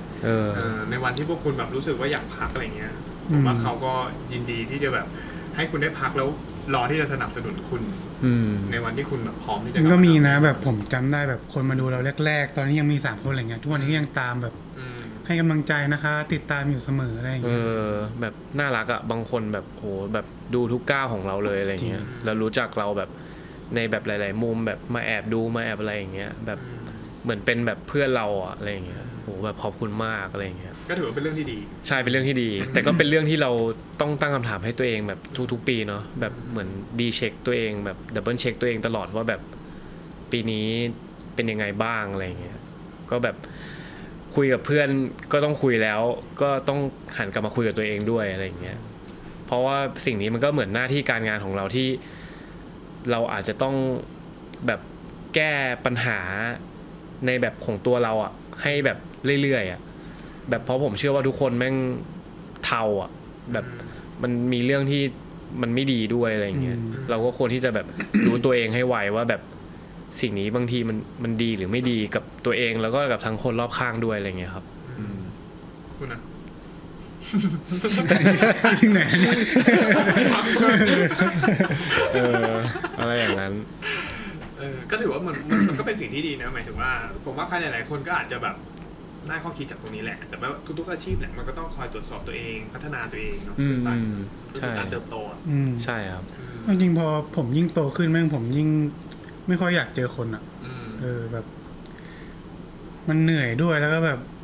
ไม่อยากเจอแบบคนมากมายแบบเวลาสมัยเด็กเราไปร้านเหล้าอย่างเงี้ยเสียงดังแม่งสนุกว่ะอะไรเงี้ยเดี๋ยวนี้พอไปรู้สึกแบบเชี่ยเสียงดังว่ะอยากกินนั่งกับเพื่อนนั่งกินเบียร์เงียบๆอะไรอย่างเงี้ยเป็นเรื่องแบบความเงียบในหัวแล้วเพราะว่าแบบ เหมือนการทำงานมันวือแบบความวือในที่นี้หมายถึงว่าแบบมันวุ่นวายแบบหลายสิ่งหลายอย่างมันเข้ามาที่ตัวเรามันต้องการให้เราตัดสินใจต้องการให้เราทำเยอะแยะมากมายเวลาที่เงียบๆเนี่ยเป็นเวลาที่แบบดีมากเลยที่เราจะต้องแบบเราได้คุยกับตัวเองบ้างว่าแบบวันนี้โอเคไหมวะอะไรอย่างเงี้ยวันนี้แบบไหวไหมอะไรอย่างเงี้ยซึ่งผมรู้สึกว่าการคุยกับตัวเองพวกเนี้ยมันสำคัญกับทุกๆอาชีพแหละเพราะว่าโรคซึมเศร้าอะไรอย่างเงี้ยบางทีมันน่ากลัวมันเข้ามาในรูปแบบที่เราไม่รู้ว่าเราเป็นอะไรอย่างเงี้ยแต่แบบอยู่ดีเราเศร้าเราเสียใจเราแบบไม่มีพลังไม่มีไฟในการแบบทำสิ่งต่างๆมากมายเพราะว่าแบบมันบางทีการทำงานอย่างเงี้ยมันอาจจะมีแบบคลื่นใต้น้ำลึกๆที่มันกดดันเราอยู่ตลอดเวลาแต่เราแค่แบบไม่ได้สนใจไม่ได้ใส่ใจอะไรอย่างเงี้ยแบบผมว่าแบบการคุยกับตัวเองก็สำคัญมากๆมันก็เหมือนมันก็ต้องแบบคอย ตรวจสอบแล้วก็พยายามจะเอาของเสียในร่างกายออกอะเนาะ ใช่ พอแบบเราตรวจสอบตัวเองเราคุยกับตัวเองเราก็จะเริ่มดูว่าอันนี้ไม่ดีอันนี้เราต้องแก้ไข ใช่ อันนี้เราต้องแบบหยุดอันเนี้ย ใช่ หรื อัน อ นี้ ว่าแบบคนนี้รู้สึกว่าเราก็จะเริ่มรู้จักตัวเองมากขึ้น อันนี้เราคิดมากไปอะไรอย่างเงี้ยแบบเมื่อก่อนแบบเราดู YouTube อะไรอย่างเงี้ยก่อนนอนเราก็จะดูอะไรเรื่อยเปื่อยฟังเพลงเดี๋ยวนี้คือตอนนอนคือเราชอบฟังพอดแคสต์ที่มันพัฒนาตัวเองอะไรอย่างเงี้ยแม่งแบบแก่แล้วอ่ะมันนิ่งขึ้นอ่ะมันแบบเหมือนเราติดปัญหาเนี้ยแต่เราแก้ไม่ออกเราก็จะชอบแบบไปฟังพวกเนี้ยแม่งดีนะเว้ยดี มันก็จะได้ข้อคิดใหม่ๆเนาะ ใช่ มันก็คือการที่เราแบบพยายามจะหาทางออกของปัญหาในแต่ละเรื่องอะไรอย่างเงี้ย เหมือนหาที่เติมแบตให้ตัวเองอะไรอย่างเงี้ยทำงานต่อไปได้ แล้วคุณดูอะไรก่อนนอนนะ ช่วงนี้ดูการ์ตูน ดูการ์ตูนมาตลอด เฮ้ยดีนะเว้ยผมว่าดี ผม นะ ว่ามันคลายเครียดดีแบบ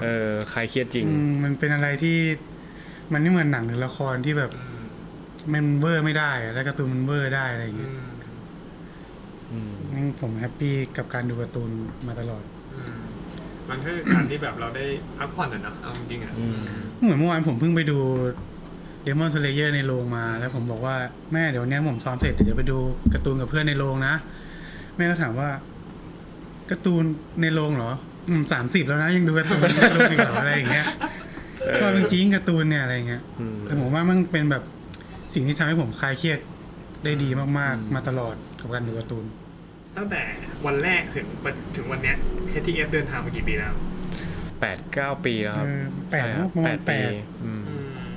ในช่วงระยะเวลา8 ปีที่ผ่านมาเนี่ยคุณเคยแบบมีช่วงรู้สึกว่าแบบท้อแท้หรือว่าเบิร์นเอาท์บ้างไหมกับการทำดนตรี ของผมคือล่าสุดเลยเว้ยที่แบบคอนเสิร์ตเนี่ยแหละที่จะเล่นคอนเสิร์ตใหญ่เนี่ยแหละ จริงเหรอ เมื่ออาทิตย์2 อาทิตย์นี่แหละแบบ ผมแม่งนอยตัวเองเฉยๆแบบด้วยการเล่นของตัวเองด้วยอะไรอย่างเงี้ยคือแล้วผมไม่พูดแบบไม่เคยพูดเล่าอะไรให้พวกพี่แม็กพี่ก้องอะไรฟังเนี่ยผมก็เลยทักหาพี่คนนึงพี่ปูนี่แบบสนิทปรึกษาเขาอะไรอย่างเงี้ยแล้วเขาก็แบบก็คุยกับผมนั่นแหละผมก็อยากมีอะไรก็คุยกับเขาอธิบายให้เขาฟังคือแม่งเป็นอาการแค่แบบน้อยตัวเองน้อยใจตัวเองเฉยๆว่าแบบสุดท้ายกูแม่งได้รับโอกาสนี้จริงๆเหรอวะแบบควรได้รับเหรอวะอะไรเงี้ยเข้าใจฮะแล้วก็แบบ แล้วพี่เขาก็บอกผมมาคำหนึ่งว่าแบบ สุดท้ายคนเขาก็แบบเดี๋ยวเขาก็ลืมว่ามึงทำไปอ่ะนึกออกปะแบบว่ามึงก็ทำให้ของมึงให้เต็มที่นั่นแหละ สุดท้ายแบบมึงเต็มที่แล้วอ่ะคนจะชอบหรือไม่ชอบ ก็อยู่ที่คนเลือกฟิลนั้น แล้วคุณผ่านภาวะนั้นยัง คือแค่ผมแบบไม่พูดมันออกมาเฉยๆเว้ยตอนนี้แบบดีขึ้นมากเลยแบบได้คุยกับพวกได้คุยกับวงแล้วอะไรอย่างเงี้ยอธิบายให้ฟังแล้วก็ ผมว่าผมผ่านมาได้นะแบบ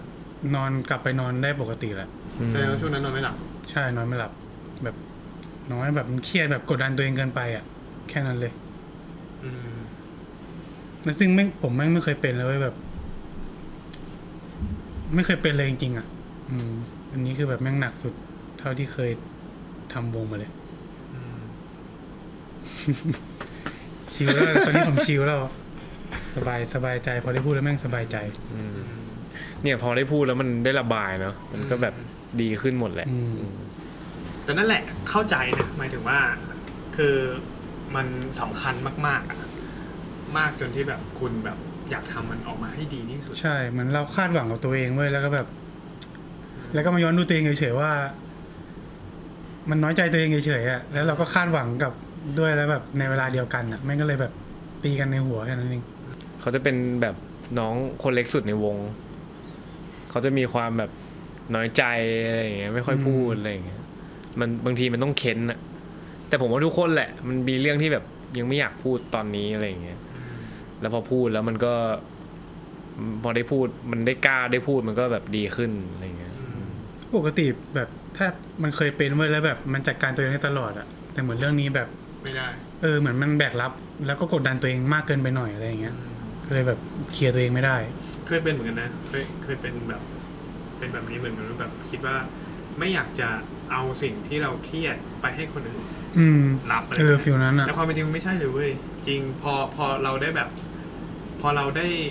เปิดใจกับตัวเองอ่ะแบบเล่าเรื่องต่างๆ ที่เราเจอให้กับแบบใครสักคนหนึ่งที่แบบที่เราเชื่อใจจริงๆรับฟังเนี่ยมันทำให้แบบมันเหมือนแบบสิ่ง ปลด ที่เรา ปล่อยเลยจริง แค่นั้นเลย จริง ๆเขาไม่ได้แบบเขาคนนั้นอาจจะไม่ได้ให้คำแนะนำอะไรเลยเว้ยเขาแค่ฟังเฉย ใช่ ๆ จริง แค่นั้นเลย ช่วยแบบช่วยได้เลยอะ อืม พอผมพูดเสร็จปุ๊บผมแม่งปลดล็อกเลยอะแล้วก็แบบทำหน้าที่ของตัวเองให้มันดีแค่นั้น สู้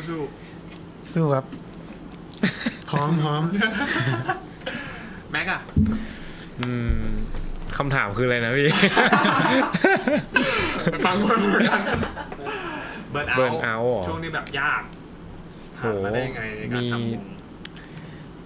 มีตลอดนะมีเรื่อยๆนะแต่ก็ผมว่าดีที่มีแฟนที่ดีอะไรอย่างเงี้ยคือแบบว่าแปมก็เป็นหนึ่งคนในชีวิตที่คุยได้ทุกเรื่องแล้วเขาเป็นเหมือนกระจกสะท้อนเราอะไรอย่างเงี้ยคือแบบเราแบบแรกๆที่คบกันอะไรอย่างเงี้ยแบบบางทีคำพูดบางอย่างเราก็ไม่ค่อยได้อยากได้ยินอ่ะแบบแต่ว่าแบบหลังๆอะไรอย่างเงี้ยมันบางทีมันเหมือนยาแบบ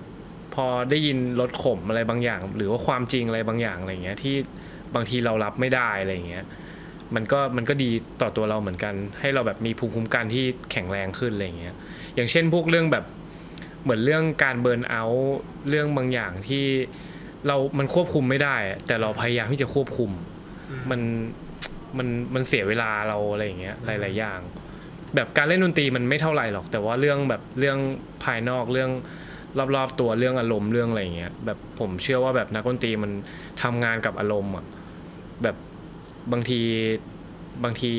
ไม่พร้อมเราก็จะต้องเป็นผู้ให้อยู่ดีอะไรอย่างเงี้ยแบบในเวลานี้เราไม่พร้อมที่จะให้อ่ะแต่ว่าทุกคนแม่งแบบมารอดูแบบพลังอะไรอย่างเงี้ยมันแบบเข้าใจเลยแบบหลายคนที่มันแบบมีแบบนี้อะไรอย่างเงี้ยแต่เราก็อยากทำให้มันดีที่สุดอะไรอย่างเงี้ยแต่ว่าหลังๆเราก็มาคุยกับตัวเองเยอะแล้วก็คุยกับแฟนเยอะคุยกับแปมเยอะแล้วแปมก็จะเป็นแบบเหมือนกระจกสะท้อนอย่างที่บอกก็คือมันได้ระบายอ่ะอย่างที่แบบจานเต่าพูดว่าแบบแค่แบบมีคนคอยแบบคุยด้วยคอยระบายด้วยมันก็แบบมันก็ดีแล้วอ่ะแล้วก็แบบบางทีเมื่อก่อนเราเป็นคนที่แบบพยายามควบคุมทุกอย่างแบบเกินไปอ่ะแบบจนแบบ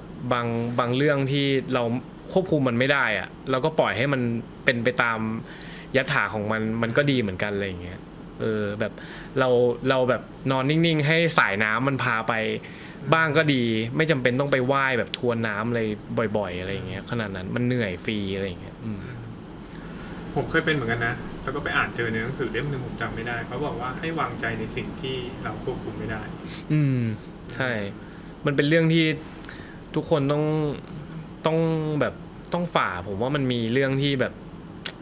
เราทำดีที่สุดแล้วอะแต่มันยังไม่ได้แบบมันยังไม่ได้ตามที่เราต้องการอะไรเงี้ยมันก็เป็นเรื่องที่ว่าแบบตัวเองต่างหากที่คาดหวังอะไรไม่รู้สูงเกินไปอะไรเงี้ยต้องให้เวลามันได้แบบได้ฮิวบ้างอะแบบบางอย่างมันก็เดี๋ยวคนก็ลืมแล้วอีกวันหนึ่งอะไรเงี้ยแต่เป็นตัวเราเองนี่แหละที่แบบย่ำอยู่กับตรงนั้นแล้วแบบพลาดอะไรเราไม่ค่อยใจดีกับตัวเองอะไรเงี้ยชอบแบบย่ำยีตัวเองชอบแบบทำร้ายใจตัวเองทั้งที่แบบบางคนแม่งลืมไปแล้วอะไรเงี้ยอันนี้ก็น่ากลัวก็ต้องคอยใจดีกับตัวเองบ้างแต่เรื่องที่ไม่ควรปล่อยผ่านก็มีเราก็พยายามที่จะแบบแก้ไขในสิ่งที่มันเรารู้ตัว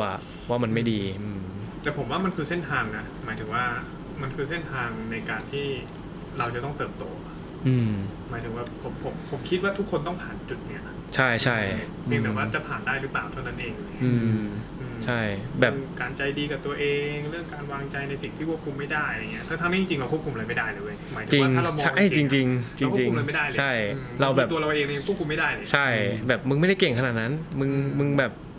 มึงแค่เป็นคนที่เอาตัวรอดกับสถานการณ์พวกนั้นยังไงได้บ้างอะไรเงี้ยแบบแค่มีพลังในชีวิตให้แบบเดินหน้าต่ออันนี้คือสิ่งที่แบบสิ่งที่แบบ สิ่งที่ดีแล้วอะอะไรอย่างเงี้ยแบบฟิลนั้นครับถ้าไม่ได้ทำดนตรีคิดว่าสองคนนี้จะทำอาชีพอะไรครับผมว่าของหม่อมเนี่ยหม่อมตอบไปแล้วใครอยากรู้คำตอบเนี่ยไปดูลิงก์ข้างบนของแม็กอะเป็นพ่อค้าแล้วกันพ่อค้าวินเทจนะพ่อค้าวินเทจแล้วก็เปิดห้องซ้อมด้วยอะไรอย่างเงี้ยเปิดห้องซ้อมดนตรีอะไรอย่างเงี้ยคือความฝันเหมือนกันเพราะว่าผมก็แบบลงไหลในเครื่องดนตรีเหมือนกันพวกดีไซน์อะไรอย่างเงี้ยแล้วก็แบบมีซื้อเก็บไว้บ้างก็แบบอยากมีร้านเครื่องดนตรีของตัวเองที่แบบมีห้องซ้อมของที่เราหลงไหลอะไรอย่างเงี้ยจะได้ให้คนอื่นใช้อะไรอย่างเงี้ยแต่จริงๆก็รู้สึกว่าแบบความฝันนี้ไม่ได้ห่างไกลจากความเป็นจริงเยอะนะใช่เพราะว่าเหมือนองค์ต่างๆมันครบแล้วนะความรู้เสื้อผ้าของที่มีเรื่องของความรู้เรื่องเครื่องดนตรีคอนเนคชั่นเพื่อนๆอะไรอย่างเงี้ยเพียงแต่รอเวลาที่ใช่เพราะว่าแบบเหมือนเราเคยไปทำงานที่เราไม่ได้ชอบอ่ะแบบเหมือนเราจบนิเทศใช่ป่ะเราแบบเราเคยทำพวกไอคอนที่แบบ50ตัวละแบบ20 บาท25 บาทอะไรอย่างเงี้ยส่งบริษัทอะไรอย่างเงี้ยแบบเหนื่อยมากแล้วแบบขนาดจบมาแล้วเนี่ยแบบลองทำนู่นทำนี่ทำโปสเตอร์ทำแบบทำอะไรที่มันไม่ได้ถนัดเราอ่ะกลายเป็นว่าแบบเราอยู่กับมันได้ไม่นานอ่ะมันเครียดมันแบบมันไม่เอนจอยอะไรอย่างเงี้ยแต่ว่าสิ่งพวกเนี้ยมันเป็นสิ่งที่แบบอยู่เราโตมาประมาณแบบ31 ปีแล้วเรามองว่าสิ่งนี้แม่งอยู่กับเราได้นานอะไรเงี้ยแล้วก็ยังอยากจะทำมันให้ดีที่สุดอยู่กับมันได้แบบนานๆอะไรเงี้ยคือของพวกนี้พอเราชอบมันจริงๆหลงไหลมันจริงๆอ่ะเวลามันจะผ่านไปไวมากมันจะโฟล์มากเวลาเราทำแบบเวลาไปหาของเวลาอยู่กับเสื้อผ้าอะไรเงี้ยสนุกมากจะมีความรู้สึกว่าแบบเวลามันผ่านไปไวเพราะว่าแบบเราไม่ได้โฟกัสที่เวลาเลยเนาะเราโฟกัสที่แบบเอนจอยกับมันอะแบบไม่ว่าทำอะไรต่างๆผมว่าระหว่างทางแม่งสำคัญมากๆเลยแบบเราควรที่จะแบบแคชอัพแบบระหว่างทางให้มันมีความสุขอะ enjoy อะแบบไปมองเป้าหมายที่มันอยู่ไกลแล้วเราก็ไม่รู้ด้วยว่ามันจะเป็นยังไงอะมากๆมันก็เหนื่อยต้องแบบคอยแบบ enjoy คอยเติมไฟให้ตัวเองเรื่อยๆคนรอบข้างด้วยแล้วความสุขในวันนี้คืออะไรอะของคุณทั้งสองตอนนี้ครับแค่ได้เล่นดนตรีกับพวกพี่เขาไปเรื่อยแล้วก็พาแม่พาแฟนพาแบบคนในครอบครัวไปกินข้าวอร่อยๆกลับบ้านไปนอนหอมหมาแค่นี้ก็ผมก็แฮปปี้แล้วแบบมันก็ใช้ชีวิตแบบให้ทุกวันเป็นอย่างเงี้ยผมว่าผมแฮปปี้แล้ว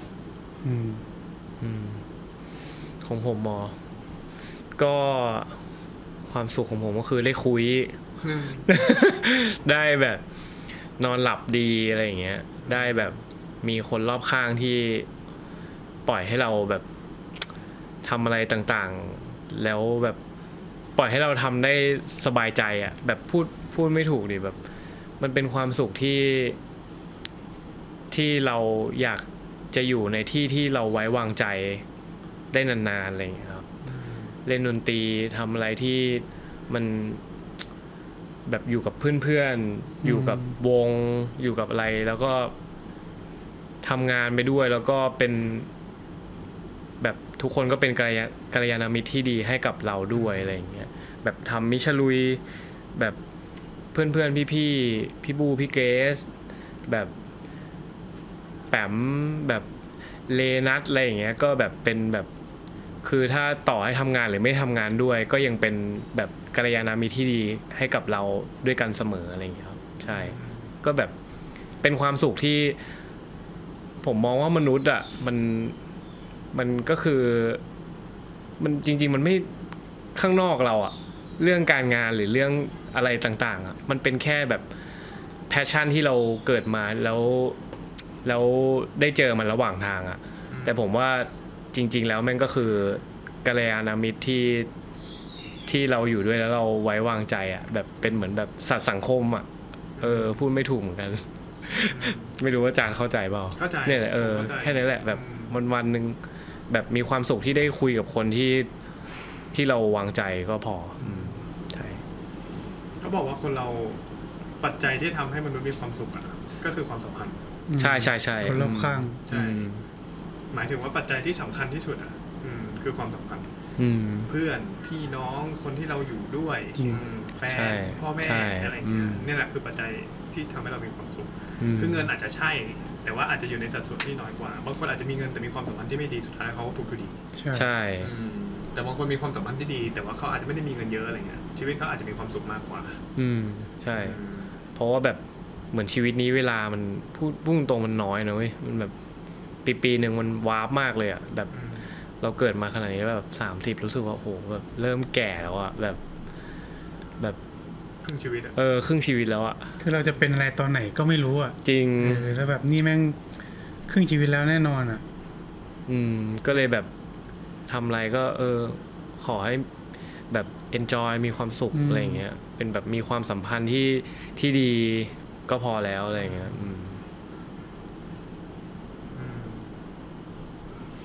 ผมว่าคำถามเนี้ยมันจะเริ่มตั้งตอนอายุประมาณนี้แหละเราจะเริ่มขัดกรองอะอะไรที่เรารู้สึกว่า ตอนเด็กๆที่เราทำมาแล้วรู้สึกว่า มันไม่ใช่เราหรือมันไม่มีความสุขอะเราจะเริ่มไม่เสียเวลากับตรงนั้นเราจะเริ่มใช้เวลากับคนที่เรามีความสุขด้วย ใช่ใช่แม้แต่แบบ ที่เรามีความสุขอะไรเงี้ย แม้แต่กับให้เวลากับตัวเองแล้วมีความสุขอ่ะนั่นก็คือเวลาเหมือนกันแบบ แม้เราอาจจะนิยามกับมันว่าเวลาขี้เกียจอะไรอย่างเงี้ย แต่เราว่าไม่ใช่อะไรอย่างเงี้ยเราว่ามันก็คือความสุขเหมือนกัน แบบ ปล่อยให้ร่างกายมันได้พักบ้าง นั่งโง่ๆเล่นโทรศัพท์อยู่กับแมวดูทีวี มองไกลๆรับลมอะไรอย่างเงี้ยแบบมันง่ายอ่ะจริงๆมันไม่ได้มีอะไรหรอกชีวิตอ่ะแค่แบบหยิบจับมันให้ได้แบบความสุขนั้นอะไรอย่างเงี้ย ก็ต้องหาจุดสมดุลให้เจอแหละ ใช่ เรื่องฐานะการเงินแต่ละคนมันก็ไม่เหมือนกันเนอะ ใช่ ความกดดันในอาชีพในครอบครัวอะไรเงี้ย จริง ก็ต่างคนต่างสถานะต่างเรื่องราวอะไรเงี้ยก็ต้องไปหาจุดที่ตัวเองสามารถมีความสุขและดำรงชีวิตอยู่ได้ ใช่ก็หวังว่า ผู้ชมทุกคนจะได้อะไรจากคลิปนี้เนาะแล้วก็แอบบอกนิดนึงครับ เดี๋ยว2ท่านนี้เราจะมีป๊อปอัพกันนี่เราจะได้เห็นของที่2คนนี้เก็บนะวินเทจนะจะมีอะไรเดี๋ยวรอติดตามชมนะแอบสปอยล์เดี๋ยวจะมิชชะลุยอะไรจะแบบ ด้วยฮะ ได้ใช่มิชลุยด้วย แต่ว่าผมขอไปสปอยก่อนนะ ถ้าสมมุติว่าแบบมีใครมาแจมอะไรอย่างเงี้ยก็ติดตามได้ เพราะว่าน่าสนุกเหมือนกัน ครับ โปรเจกต์นี้ใช่ครับ ยังไงก็เดี๋ยวรอดูท้ายคลิปกับข้อมูล แล้วก็ฝากติดตาม HTF ด้วยนะครับคอนเสิร์ตใหญ่ ครับผม ถ้าใครไม่อยากพลาดครั้งนี้นี่2คนนี้ทุ่มเทจริงๆนะแล้วก็ทุกคนในวงเนี่ยทุ่มเทกับคอนเสิร์ตครั้งนี้จริงๆนะบัตรยังเหลือนะ บัตรยังเหลือครับ แล้วก็เวทีบรรยากาศต่างๆเนี่ยตั้งใจจริงๆครับอยากฝากให้ไปกดกันนะแฟน HTF ทุกคนไม่อยากให้พลาดโอกาสนี้ครับยังไงก็ขอบคุณที่ดูมาถึงตรงนี้ครับสวัสดีครับ